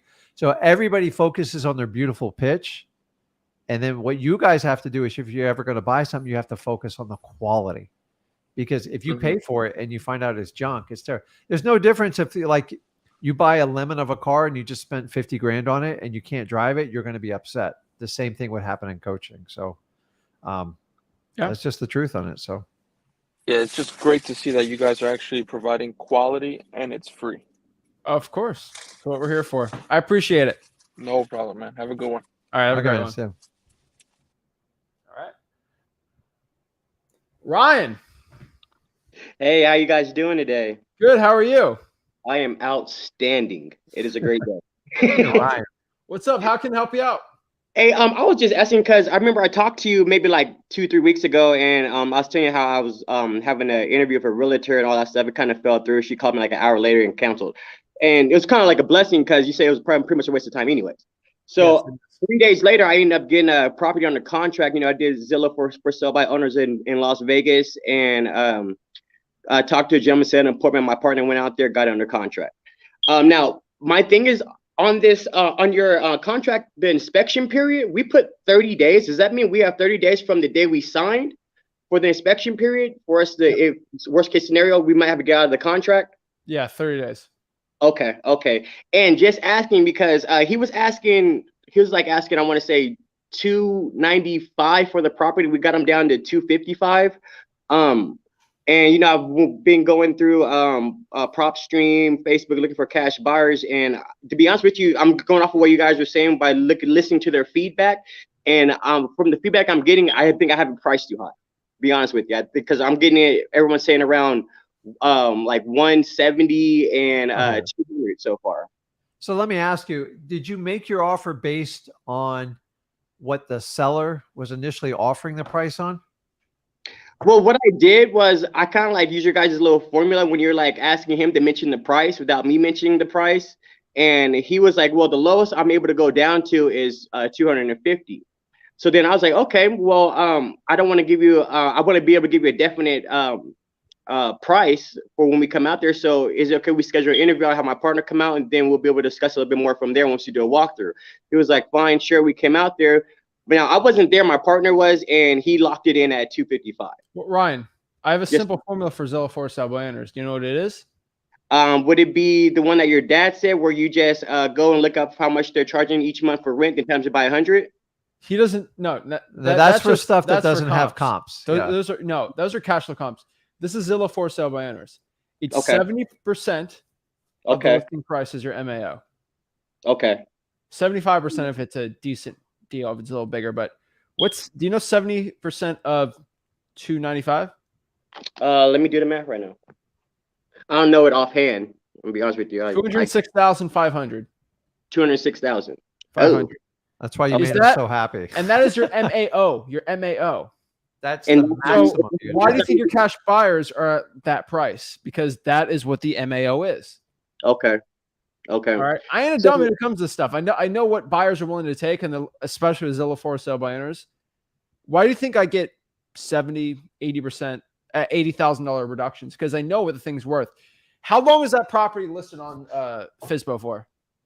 It was on there for like 25 days. So first of all, that's red flag number one. I only like going after Zillows that've been listed for over 100 days, because someone that's been listing the Zillow for 25 days haven't felt pain. Yeah. Because that 295 guy, go ahead. He actually out here he actually had it listed, then unlisted it, then relisted it back. Like last year he had it listed for I want to say it was like 305, 310 or something. Then he just marked it down some more. So he's been dealing with it for a while. So I don't know. And like 315, I want to say, yeah, then he went down. 295, he'll be at Yeah. 285, 275. He'll keep going down until it actually hits what the market price is. He's spiraling downwards. Just what I told you Yeah. what he's going to do. He's chasing yesterday's prices. And Okay. he thinks if I keep waiting, and then every month he comes back, okay, I'll take last quarter's price. No, it adjusted again. This dance is going to go on all the way through summer. Okay. It's only going to get worse. So how do you prevent this? Number one, seek motivation first and disregard what price point sellers are giving to you, especially on FSBO, because they're typically pricing it off yesterday's market. And you have to come up with a number that's going to make sense. Otherwise, you wind up in predicaments which you're at. I give you credit for taking action and writing the offer. We just got to get your numbers right. So when you made the offer, did you figure out what the conservative ARV on it was? The conservative ARV was 335,000. Conservative. I'm not for sure what you mean by that. I just did the numbers. So what were we saying? So I was telling him, first of all, how he came up with the offer, and we used Intel based on the seller's expectations, which that can set you up. Because remember, everybody wants to think they have a deal. So if he's got it listed at 290, he tells you he'll take 250, 255, you immediately think you have a deal. And then he secretly goes, I'm taking advantage of them. Remember, we want win-win situations. So there's always three sides to the truth. You ever heard that? There's your side. Yeah, your side, the other sides, and then there's the truth. And there's no difference in like wholesaling. There's your price, which is probably ridiculously low, seller's price, ridiculously high, and then there's what we call the ARV. And you've got to find like the neutral number on a conservative number of what that property is worth. So what did it tell you inside of when you did your comps? What number did you come up with? Did you take a look at it on like PropStream or Batch? I used Zillow, and I got the numbers off of there, and I did the ARV that way, and that's where I came up with the 335. Now, mind you, I scrolled through and tried to find ones that were close and that matched the same square foot and number of bedrooms. Ryan, what was repairs? 30,000. That property only needs 30,000. It's in tip-top shape. That's great. Flooring. Well, 30,000 is what I'm getting from all the other cash buyers that are telling me, because when we looked at it, once again, I didn't look at it, my partner did, and he walked around it, and the guy had just painted the inside and outside, which we told him he didn't even need to do all that, but he did. And so and there was something like, yes, 30,000, and yeah, I'm sorry. Right, for 30,000 for a cash buyer, because they're going to want to rent it out or flip it, they don't care about bringing up to the ARV, like perfect condition. Okay. Repairs are going to be a lot more than that, dude, because their ARV is actually lower than yours. Because yeah, it'll take 30,000 to bring it to 300 maybe, but it's going to need 50 or 60 for that 330. Here's the thing. Here's a general rule. You're saying that it's worth on market right now, right? The market value is 330 minus the 30,000 repairs equals 300,000. If the property was worth 300,000, the free market would have already decided that that's a good price. I'm going to buy it at that price. The free market has decided it's not worth that. What is something worth? What somebody's willing to pay for it. So if nobody's willing to pay $300,000 for it, it's not worth it. I mean, I'm assuming I need more cash buyers. I need to, because I've been really, I spent all last night just getting, skip tracing different cash buyers and getting a list going on just to be able to call them today. Fine. There's two reasons why you can't sell the deal. Number one, you locked it up too high, or you don't have enough cash buyers. I think you locked it up too high, man. It's a little bit of both. If you think you're going to find somebody stupid enough to buy that thing at 300, you're going to be wrong, man. Like, no, I don't want him to buy it at 300. He's going to learn from the action he took, and that's the key. Even if you take the wrong act, like you took the action and just kind of went the wrong direction. So here's my other question: is there any type of motivation other than price for this guy selling the property? He said he wanted to get it closed before the beginning of next month because he knows that next month the prices are going to drop. They've already dropped.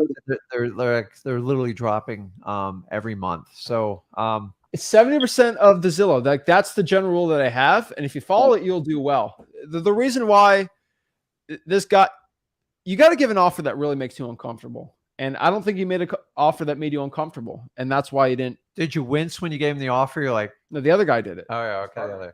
So, well, I had, what I did was, I was just impressed that I got him down from the 95 to down to 55. And I was like, oh, wow, I've never done that before. Okay. Ooh. So when that happened, I was really excited, and my partner's really excited. And once again, it's our first time. It's our very first one ever even doing the contract. So it was more off of excitement, to be honest with you, I want to say. Yeah. And now the excitement's gone, and now I'm more serious on trying to really get this sold, because I want to keep my word to this gentleman. Like, yo, I'm going to get your property sold.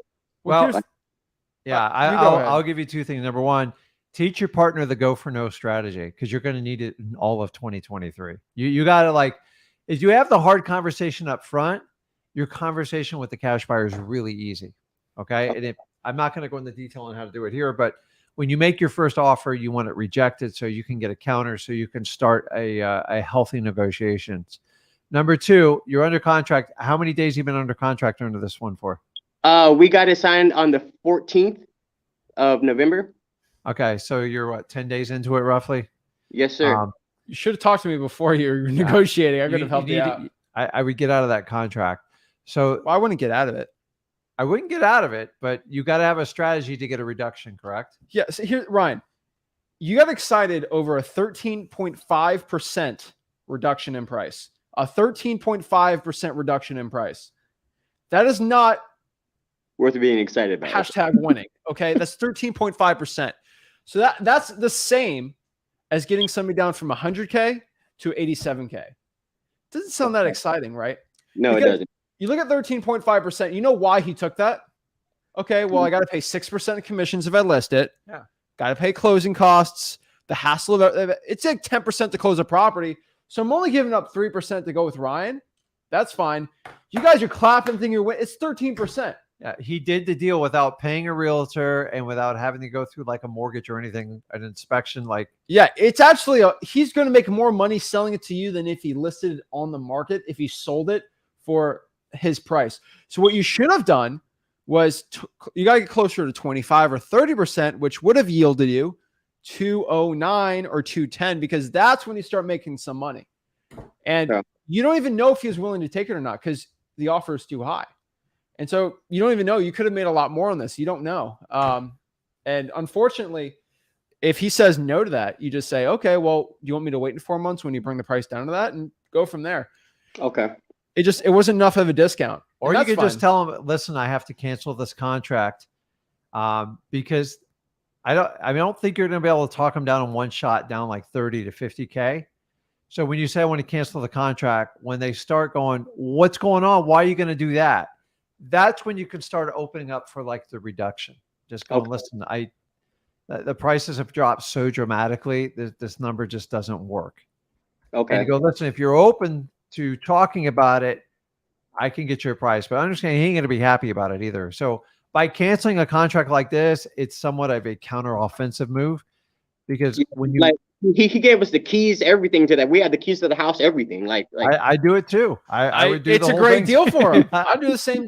So don't wait much longer, and you're just going to have. So by avoiding that painful conversation up front, you've now had painful conversations with the cash buyers, and now you get to have a real painful conversation with him. This is going to be a great learning lesson for you, Ryan, and you got a good attitude about it. But like, you got to do the right thing. It doesn't work out. You rather tell him now than later.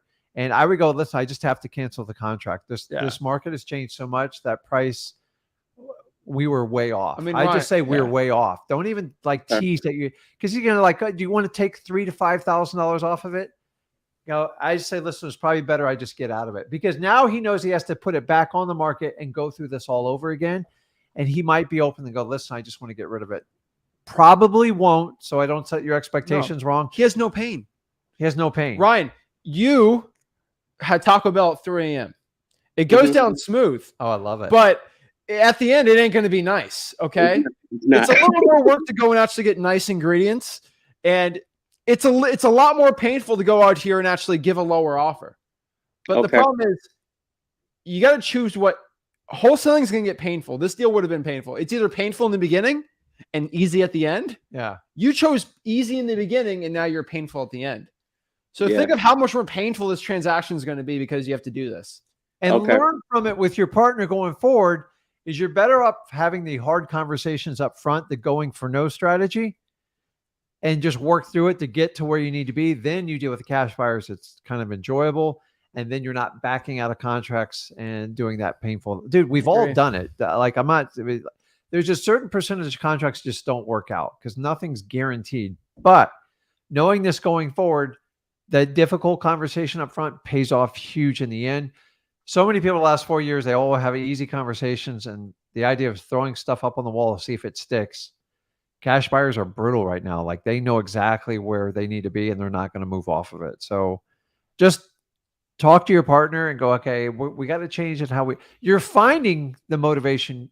You're finding the people that need to sell. You got to get them for the right price. And then honestly, even if, say you made the guy a really low offer, say 200, and he didn't turn it down, it would set you up for the future. Because guess what? Nobody else is coming to bail him out, because two things fix any house that's sitting forever on the market: time and circumstances. And both are going to happen to this property. And guys, this has happened to millions of property all across the country. It's not just your properties, Ryan. It's happened to me. It's happened to Zach. It's happening to everyone. So if you can be patient in wholesaling, you can make a lot of money right now. Prices are really pulling back, guys. On average, and this is, unfortunately, I can't do local markets, about 1.5% to 2% per month. Just do the math on that on a $200,000, even a $300,000 property. That's Okay. $6,000 every month, rolling back, rolling back. Why? Because when the house next door sells lower because they lowered the price of competition, it keeps lowering the appraisal prices and keeps lowering the comps. And that way, any type of buyer looks at this, and as the prices keep going down, they don't want to overpay what the other guy did before. That's the whole purpose of comps. Okay. You know what to do. You know what to do. You ate the bad food. Now you got to deal with it. What are you going to do next? Eat some better food. Yeah, a little Pepto-Bismol, a little Tums, get it down, get it down, and just get through it. This is just business. Just so detach yourself a little bit, and just learn from it and move forward. Okay. Hey, and I just want to tell you guys, thank you so much. You guys are awesome. Like, because this is an awesome journey that I'm on. Like, because I did sales like across the country, door to door, all that stuff, and like hey, this is way different. But just the whole environment of being able to do sales and talk to people and build a rapport, this is awesome. It's great. I love it. Ryan, it's literally like being an Eagles fan. Okay. Absolutely. Absolutely. You had to deal with 4 years of Carson Wentz to finally get a Super Bowl. Okay. And now to get Jalen Hurts. You had to go with all the Carson Wentz, and now you get to actually have good quarterback, right? Absolutely. Same thing with wholesaling. There's a lot of pain in the beginning, but there is pleasure with it if you can just deal with it. So I appreciate it. Eagles fan. He's an Eagle fan? You guys got a jacket on. I tell you, Eagles fans, they're the ones that I would never. If I ever had to go to Philadelphia watch a game, I'd keep my mouth shut. If it was like I'd probably wear an Eagles hoodie. They had to deal with so much because pain. Like I hear stories about like what Hey, they're the only fans to throw D-size batteries at Santa Claus. Really? Yeah. They're not nice. But yeah, Eagles fans scare me, man. You guys get a rap for being loyal, but man, they say if you go to as a opposing team, man, they're like, you better watch your stuff because they will rip the jersey right off your back. I know, but yeah, I appreciate it. You just gotta go through some pain, but I'm telling you, if you can get it through it, you'll do well. So keep it up, man. You know what to do. You got it. Yes, you guys have an awesome one. Thank you. Thanks. Awesome. That's funny. It's true though, right? So let me show you this, guys. Take on an Eagles fan. So we're talking about the Zillow crash. I'll give everyone updates on this. So this is Salt Lake City, right? So I was talking to somebody from Ogden, north of Ogden, I think Brigham City. So I was kind of looking at this, right? Like slowly we're getting some things going on. So Salt Lake City is probably one of the most overpriced markets. So this is a little bigger than the average, but Zillow prices are finally starting to change, right? Because when I did the Zillow crash in like three months ago, people didn't believe me. They're like, "Oh, you're full of it." So this is what's starting to happen, right? So you see the prices, right? Like a so roller coaster ride. 2015, decent, but all of the economy in Utah is kind of in this region, so it's just rising, right? So like it peaked out in June at 621,000. June of 2021. So it did a crazy rise, right? Yeah. 621,000. Now, every month it's been going down. So let's go back to the year. It doesn't look as crazy, but 621, 615, 600, 593. Guys, if you do that on a per month, it's significant. And it's like that roller coaster where you're at the top and you're going in like free fall. We don't know how long of a ride it's going to be or how sharp it's going to be. It will end. Don't get me wrong, but like we're just starting it out. I'm just letting everybody know. Like a lot of people think you're like, oh, we're 2 years into it. No. This didn't even kick until like beginning of summer. So what are we? 6, 7, 8. You're like 4 months into this. Like, guys, you got 18 months of this coming up. Well, and you can make a ton of money wholesaling in this. It doesn't matter if you're at the top or the bottom. But you just got to know, right? So this is why you can make a ton of money wholesaling. But the thing is, if a seller's holding out to get a better price, you already know what's going to happen if they hold out, right? It's always kind of funny, but okay, you're holding out. well, let's just wait, right?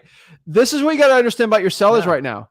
The sellers used to, oh, you know what? You're not giving me that price, but just hold out. They would wait. So there's sellers that actually will wait 3 years to get their price. And by the time they paid all the bills and stuff, they got their price, but they had to wait 3 years. They couldn't move. They couldn't do it. Now you have the opposite happening. So guys, make sure you leverage market conditions to create what I call a call to action. Go, listen, that offer is there. And then if you've had the upfront agreement, which you have to do with everybody now, freewholesaling.com, is when they can't make a decision or they want to wait, you have to remind them of market conditions. Okay, that's great. I respect that, but understanding this price only lasts for the next 2 or 3 days. After that, I got to go look at other properties. And so we're experiencing about a 2% drop a month. Just if you want to wait 3 months, I'm sure we can come back and talk. I would love to talk to you, but we have to revisit the price because it's most likely going to be less. And are you using fear to a point? It's the truth. Fear, when it's the truth, it's okay to use. When you're doing fear to scare somebody into it, it's just like, the truth is when I come back, it's going to be a different price, like end of story. And then your terms might be much more stretched out. Instead of a 30-day inspection, you might have a 90-day by the time you get to that. Guys, use market conditions to leverage your sellers to make a decision. It's okay. And honestly, remember, part of wholesaling is for you to actually help sellers get out of their own way. So right now, the biggest thing we're overcoming is what we call the downward spiral. People are chasing yesterday's prices, and it's driving us all nuts. Okay. What's happened in the past is gone. Okay. That's like me saying, I could buy a piece of plywood for $22, the whole sheet, and now it's $38. I've just accepted the new price and I've had to move on. And sellers have not quite gotten to that point. It's coming. And when it comes, that's when you have massive price collapse in markets. And the realtors are the ones really taking the brunt of it right now because they're not moving properties. How do I know this? I've never seen so many open houses in my entire life. So you're looking here. So if you're a seller on a Zillow, what if they're stuck on this price, just wait them out because it's just going to get worse and they're going to be more desperate to sell. So if somebody's telling you that, hey, I don't want to sell right now, just let them get some more time. I promise you it'll get a lot better. A lot of people get freaked out over that. I'm telling you, it's actually not that bad, right? So things are going down. So let me, I have an interesting question here and I would love to answer this. Where is it? I think it's a funny stat I just saw. Let me see here.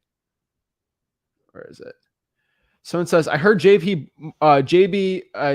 Morgan and partners are putting $1 billion into built for rent properties. Will this affect real estate? So I'm going to do a quick question. The value of the United States housing market is $43.4 trillion. What is $1 billion divided by $43.4 trillion? I did the math here.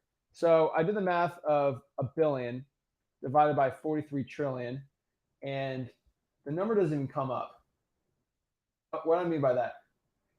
It does come up, but it is pouring $1 billion into more rentals. Well, this is literally what it does. I multiply this by 100, guys. So it is not even a percent. It's not a 10th of a percent or 100. It's a 1,000th. It's in the 1,000th place. Yeah. And no, like, so I did that. I made it even better. So like, this is what it actually is. Okay. That's how much of an effect it has on the housing, $1 billion. So when I tell you, I could literally care less of pouring $1 billion into the housing market. That's what I care. So I'm just telling you guys like that 43 trillion is what housing is worth. Now, funny story is, what is housing be worth if they didn't have mortgages? It'd probably be a lot lower, right? It would be significantly way lower. But I just telling you guys, because you can borrow money, that's why tuition's always up, because you can borrow money for it. But that's it. So, Edward. Yeah, I'm here. What's up, guys? What's up? How are you? Pretty good, man. Good. I'm glad to be here. Okay, cool. I had a couple of questions for you guys. Awesome. How can I help you out? Well, so I started dialing all of my Driving for Dollars leads, and just started yesterday, actually. And I have two really legit people that I'm looking at. So they kind of have their own, like, specific situations. So the first one, It's a really weird market down here. This house is probably ARV is going to be like 100K. What This market? South Texas. Where's So South Texas? just like general area, like furthest south you can get. Okay, so you're on the border. Basically, yeah. Okay. So houses down here are really cheap. And so I'm not sure if I even want to go after this specific lead because the house is in such bad shape. They're willing to sell and they're motivated to sell it because they bought it for like 20K a couple of years ago. They were going to bulldoze it over and build a house there. I don't know if it's going to be worth it. What do you think? What city are you in? So I'm in Harlingen. Harlingen. Texas. What's the population of Harlingen? Okay, that's not on the border. That's Harlingen. All right, got it. It's close, Yeah. but you're kind of in metro with Brownsville there, so Yeah. you got McAllen over there. It's Yeah. actually decently sized. Yeah, when you put all the cities together, it makes a pretty decent market. Yeah, you're gonna have buyers there. So, do you think it's salvageable? I need to go check it out, but she was basically saying that the house is like a corner of the house is being held up by a pole, is what she said. So I don't know if this thing is. Yeah, I don't know. Like, it says it's really bad shape. I mean, honestly, man, how far is the property from you? Not far. I mean, it's driving distance. I can check it out. I told her I would check it out. Yeah, check it out. Because if you can salvage it, bring it to a cash buyer, I think you can make it work. If you can't salvage it, it's going to get a little harder because land's pretty easy over there, you know? Try to get it as cheap as possible, though. Like, don't be stuck even on what they paid for it, because obviously if it's that run down to nothing, like if they walk away, they're going to get nothing. So I start from a very simplistic approach, like find the lowest price you can walk away from it. And by the way, I've bought houses for like $100 before. I'm not kidding you. Very similar property, because nobody wants to deal with it. They're like, it's such a nightmare. You can just have it. Yeah. And I'm not saying that's going to be the end result, but you have to start from that thought process. Don't start putting tens of thousands of dollars in your head on it, because this thing needs math. Really, you're just looking at the land value at this point and see if somebody wants to take it on. Yeah. That's what I would do. So don't get any preconceived prices. Get them out of your head, because you're really going to have to incentivize a cash buyer to take this on in today's current market. Gotcha. Okay, I'll check it out then, and kind of go from there on that one. The second property that I have, this is actually really good numbers, because so far I had like maybe 200 driving for dollars leads, and I called like maybe 30 people, and out of those, it's like 2 for 30 at this point. So these are pretty decent, leads. But this second one that I got here, older gentleman, motivated to sell. He's owned the property for like 35 years, and it's a multi-unit, and it's been sitting there vacant for about 15 years. And so this is the cool thing about driving for dollars, right? Because on PropStream, it showed up as occupied. So this is like a lead that only I have right now, which is pretty cool. But the problem with this, though, and I don't know if this is a problem or not, but he says he owes like $68,000 to the IRS. And he says that this is a problem and that he needs to figure that out first. And I don't know is that a problem for selling this property? I mean, actually, it depends, because is there a lien on it? Do you know that? Well, mentioning the PropStream earlier, it says it's occupied. Obviously, it's not. So I don't know if the PropStream is up to date on this, but it doesn't say that there's any liens on it according to PropStream. Okay, he might have a personal lien. So the best way to deal with it is just run it by your local title company, and they'll tell you, like, we're not here to like figure everything out. We just find motivated sellers, and sometimes you can work with them and sometimes you can't. But IRS liens are a pain in the butt. It might not even be a lien, but the problem is if he sells it, the IRS might want to get it cut, and he might be trying to negotiate with them. Well, they're going to do a search on him, and it's going to come up most likely. Yeah. But once again, check with your title company, because listen, if it's not a problem for the title company, I don't care. But if it's a problem and they can't clear the title, then you have to deal with it. The problem with any type of federal government lien is they take time, because you can actually occasionally get them to release the lien on the property. It doesn't mean it releases it from him, but trying to get the government to do anything is like a 90-day minimum. And that's if you put all your effort into it. So, Honestly, I'd tell them, let's talk to the title company and see, because the IRS does a lot of different things. And we love the IRS. They're the best people in the world. We love you, IRS, if you're watching, heart. But you know what? Sometimes they can get very aggressive with property. Sometimes they're not, right? So it's really.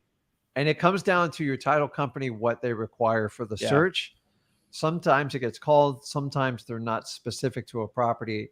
Once again, it depends if, you know, how the property's titled. There's a lot of moving factors. And every now and then I've had one come up. I'm like, he told me he had like a federal lien on it. Title company goes, I don't see anything. You're clear to like sell it. We just shut our mouth and move on. And that's so just run it by him, see what comes up. It is what it is. And hopefully there's enough value, even if he had to pay that lien and do the right thing.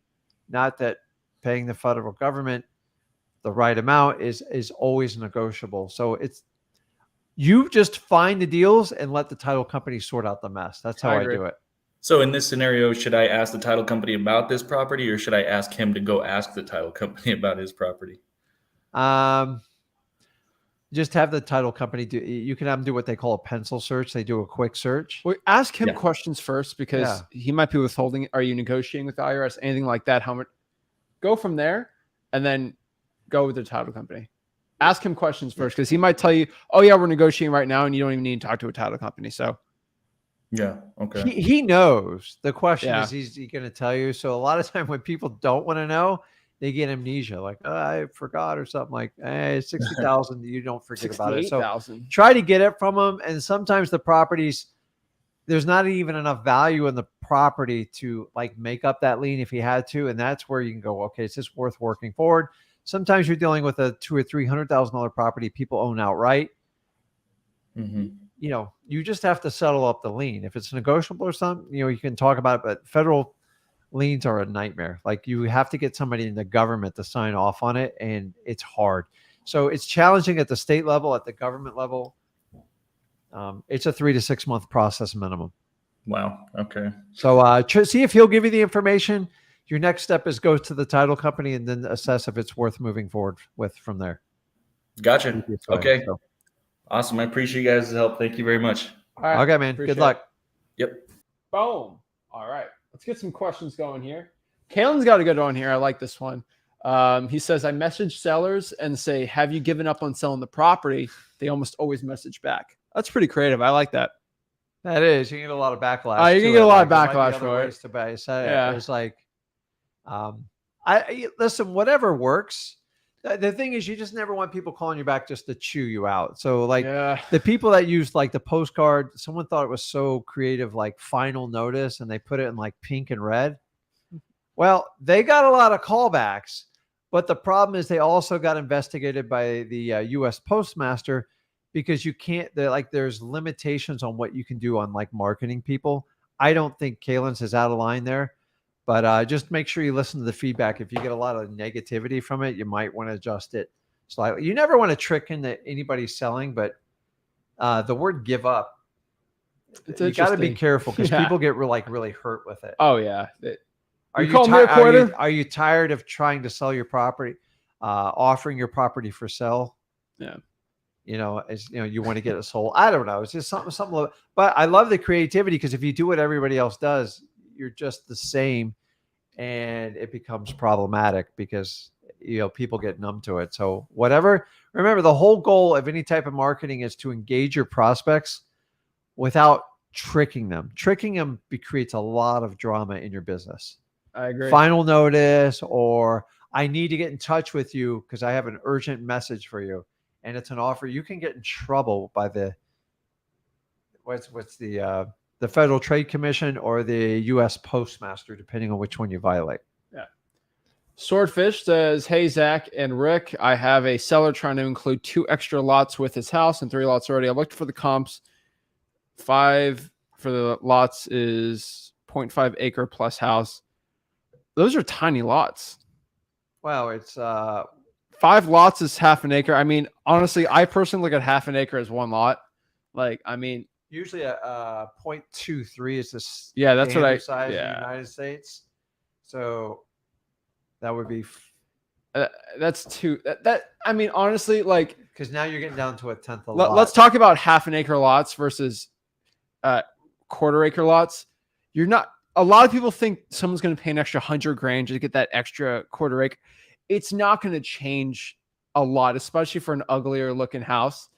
I honestly, if it needs major renovations, I would not even include it into your comps. I would just treat it as a regular property. Anything on top of that's gravy. Just because they usually try to include things to get the price up. Yeah. But no. I've had people, I'm going to give you an extra lot included. That should give me an extra $70,000. I'm like, no, see, someone try to get me to bump it up. No. Okay. no, just price out what the lots are, what their value is, so you don't like get misled on the price. But you know, those are small lots. But I mean, I guess there's I've seen eighth of an acre. That's the smallest I've seen, but those are like waterfront communities type of deal, 0 lot lines. I've had motivated sellers try to get me to go up in price because they're giving me a bonus lot, but the bonus lot's all in the one deed. And I'm like, no. All right. You know what my favorite is when they like, I have an 8-bedroom, 1-bath house. I go, 8 bedrooms. That's like a record. And it's 1,100 square feet. I go, okay, 1,100 square feet, 8 bedrooms and 1 bath.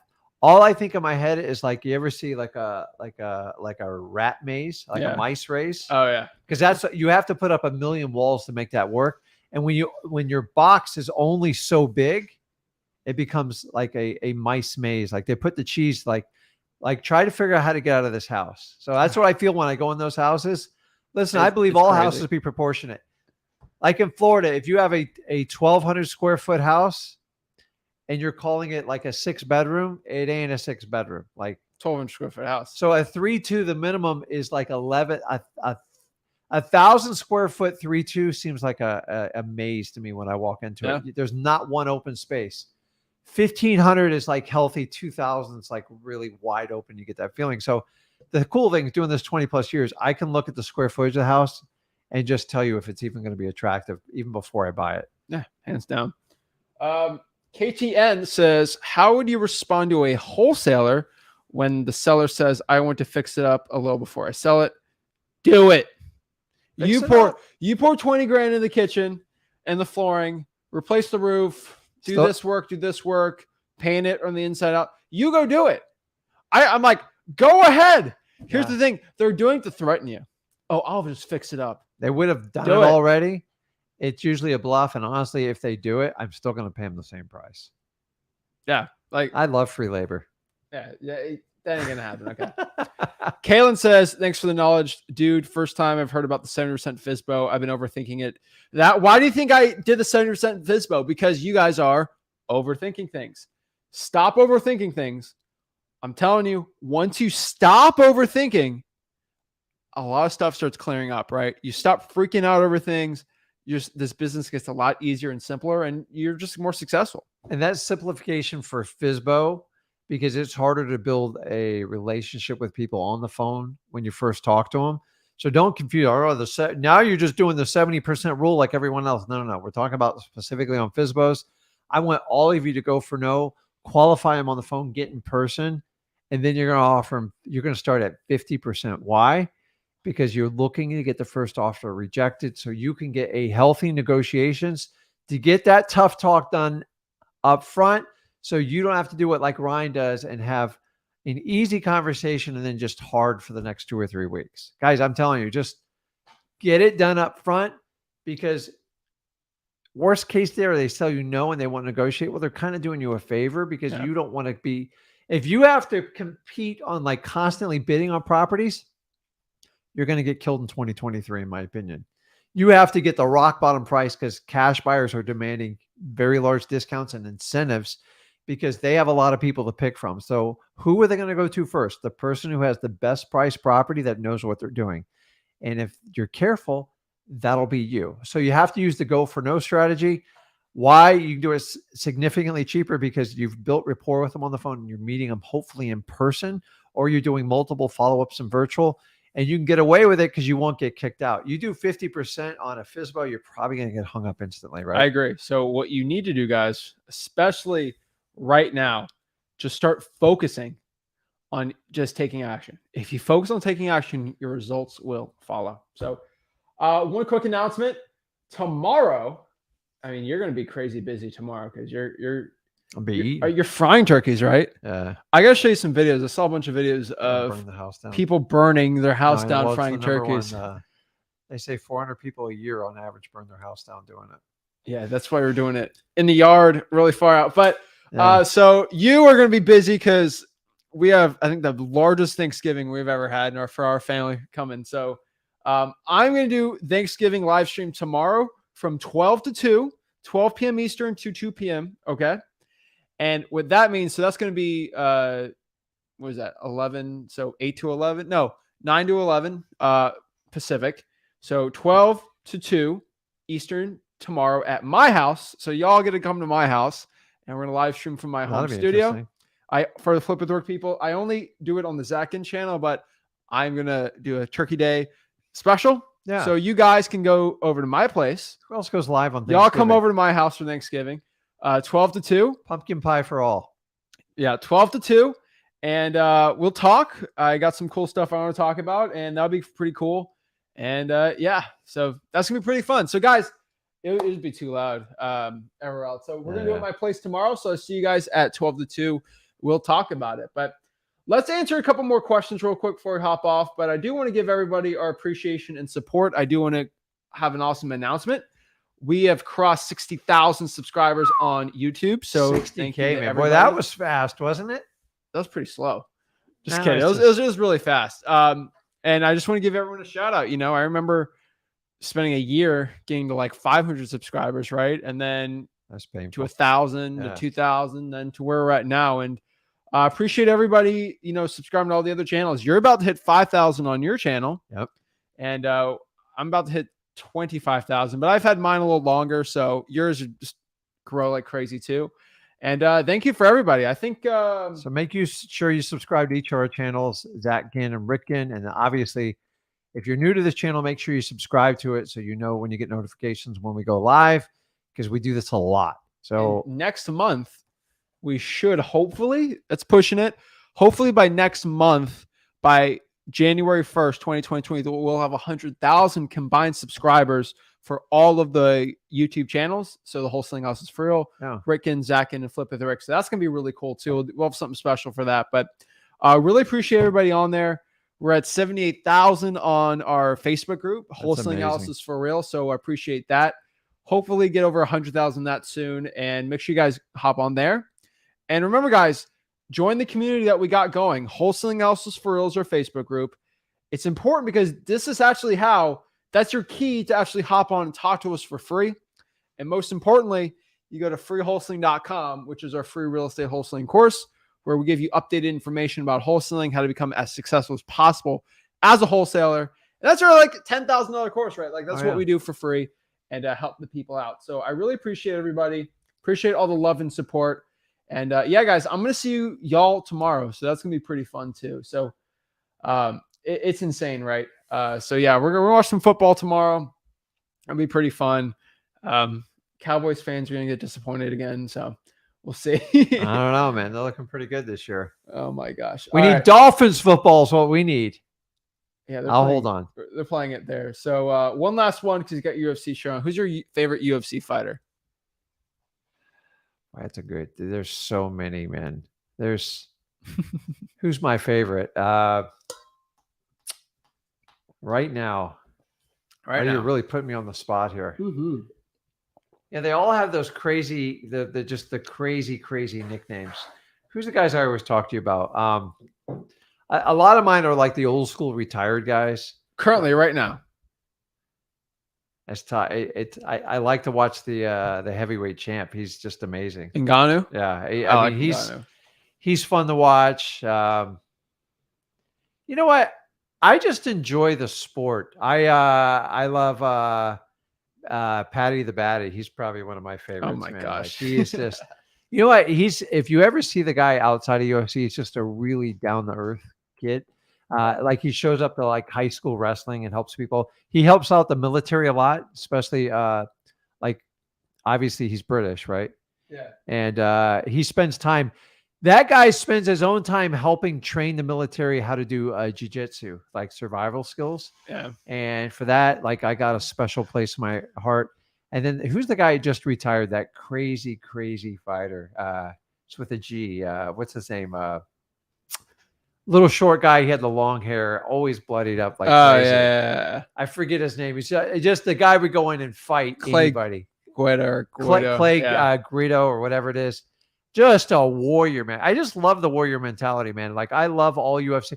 There's so many UFC fighters, and the way they do the schedules, it's just a pain in the butt because you see your favorite and you forget about them. Yeah. But Patty the Batty, dude, like I will drop anything to watch him fight. So I think that's the winner. My favorite is all times John Jones, even though he's got some bad personal stuff. I still think John Jones is the best fighter of all time for UFC. He's always was my favorite. He's trying to be a heavyweight, so that'd be kind of cool. But guys, that's what I got to say there. So I appreciate it. Make sure you guys hit that like button and subscribe. And I'll see y'all tomorrow. Make sure you do it. And World Cup, come on. Who do we want to win the World Cup? USA, baby. Like, come on. There's no seconds. It's the U.S. stinking A. We're going to beat England on Friday because we already beat England in the Revolutionary War. So it's like we're already 1-0 against them. So I'm telling you, USA doesn't lose. We're 2-0 in our world wars, and we're going to win. So appreciate it. Make sure you guys hit that like button, subscribe. See you guys tomorrow.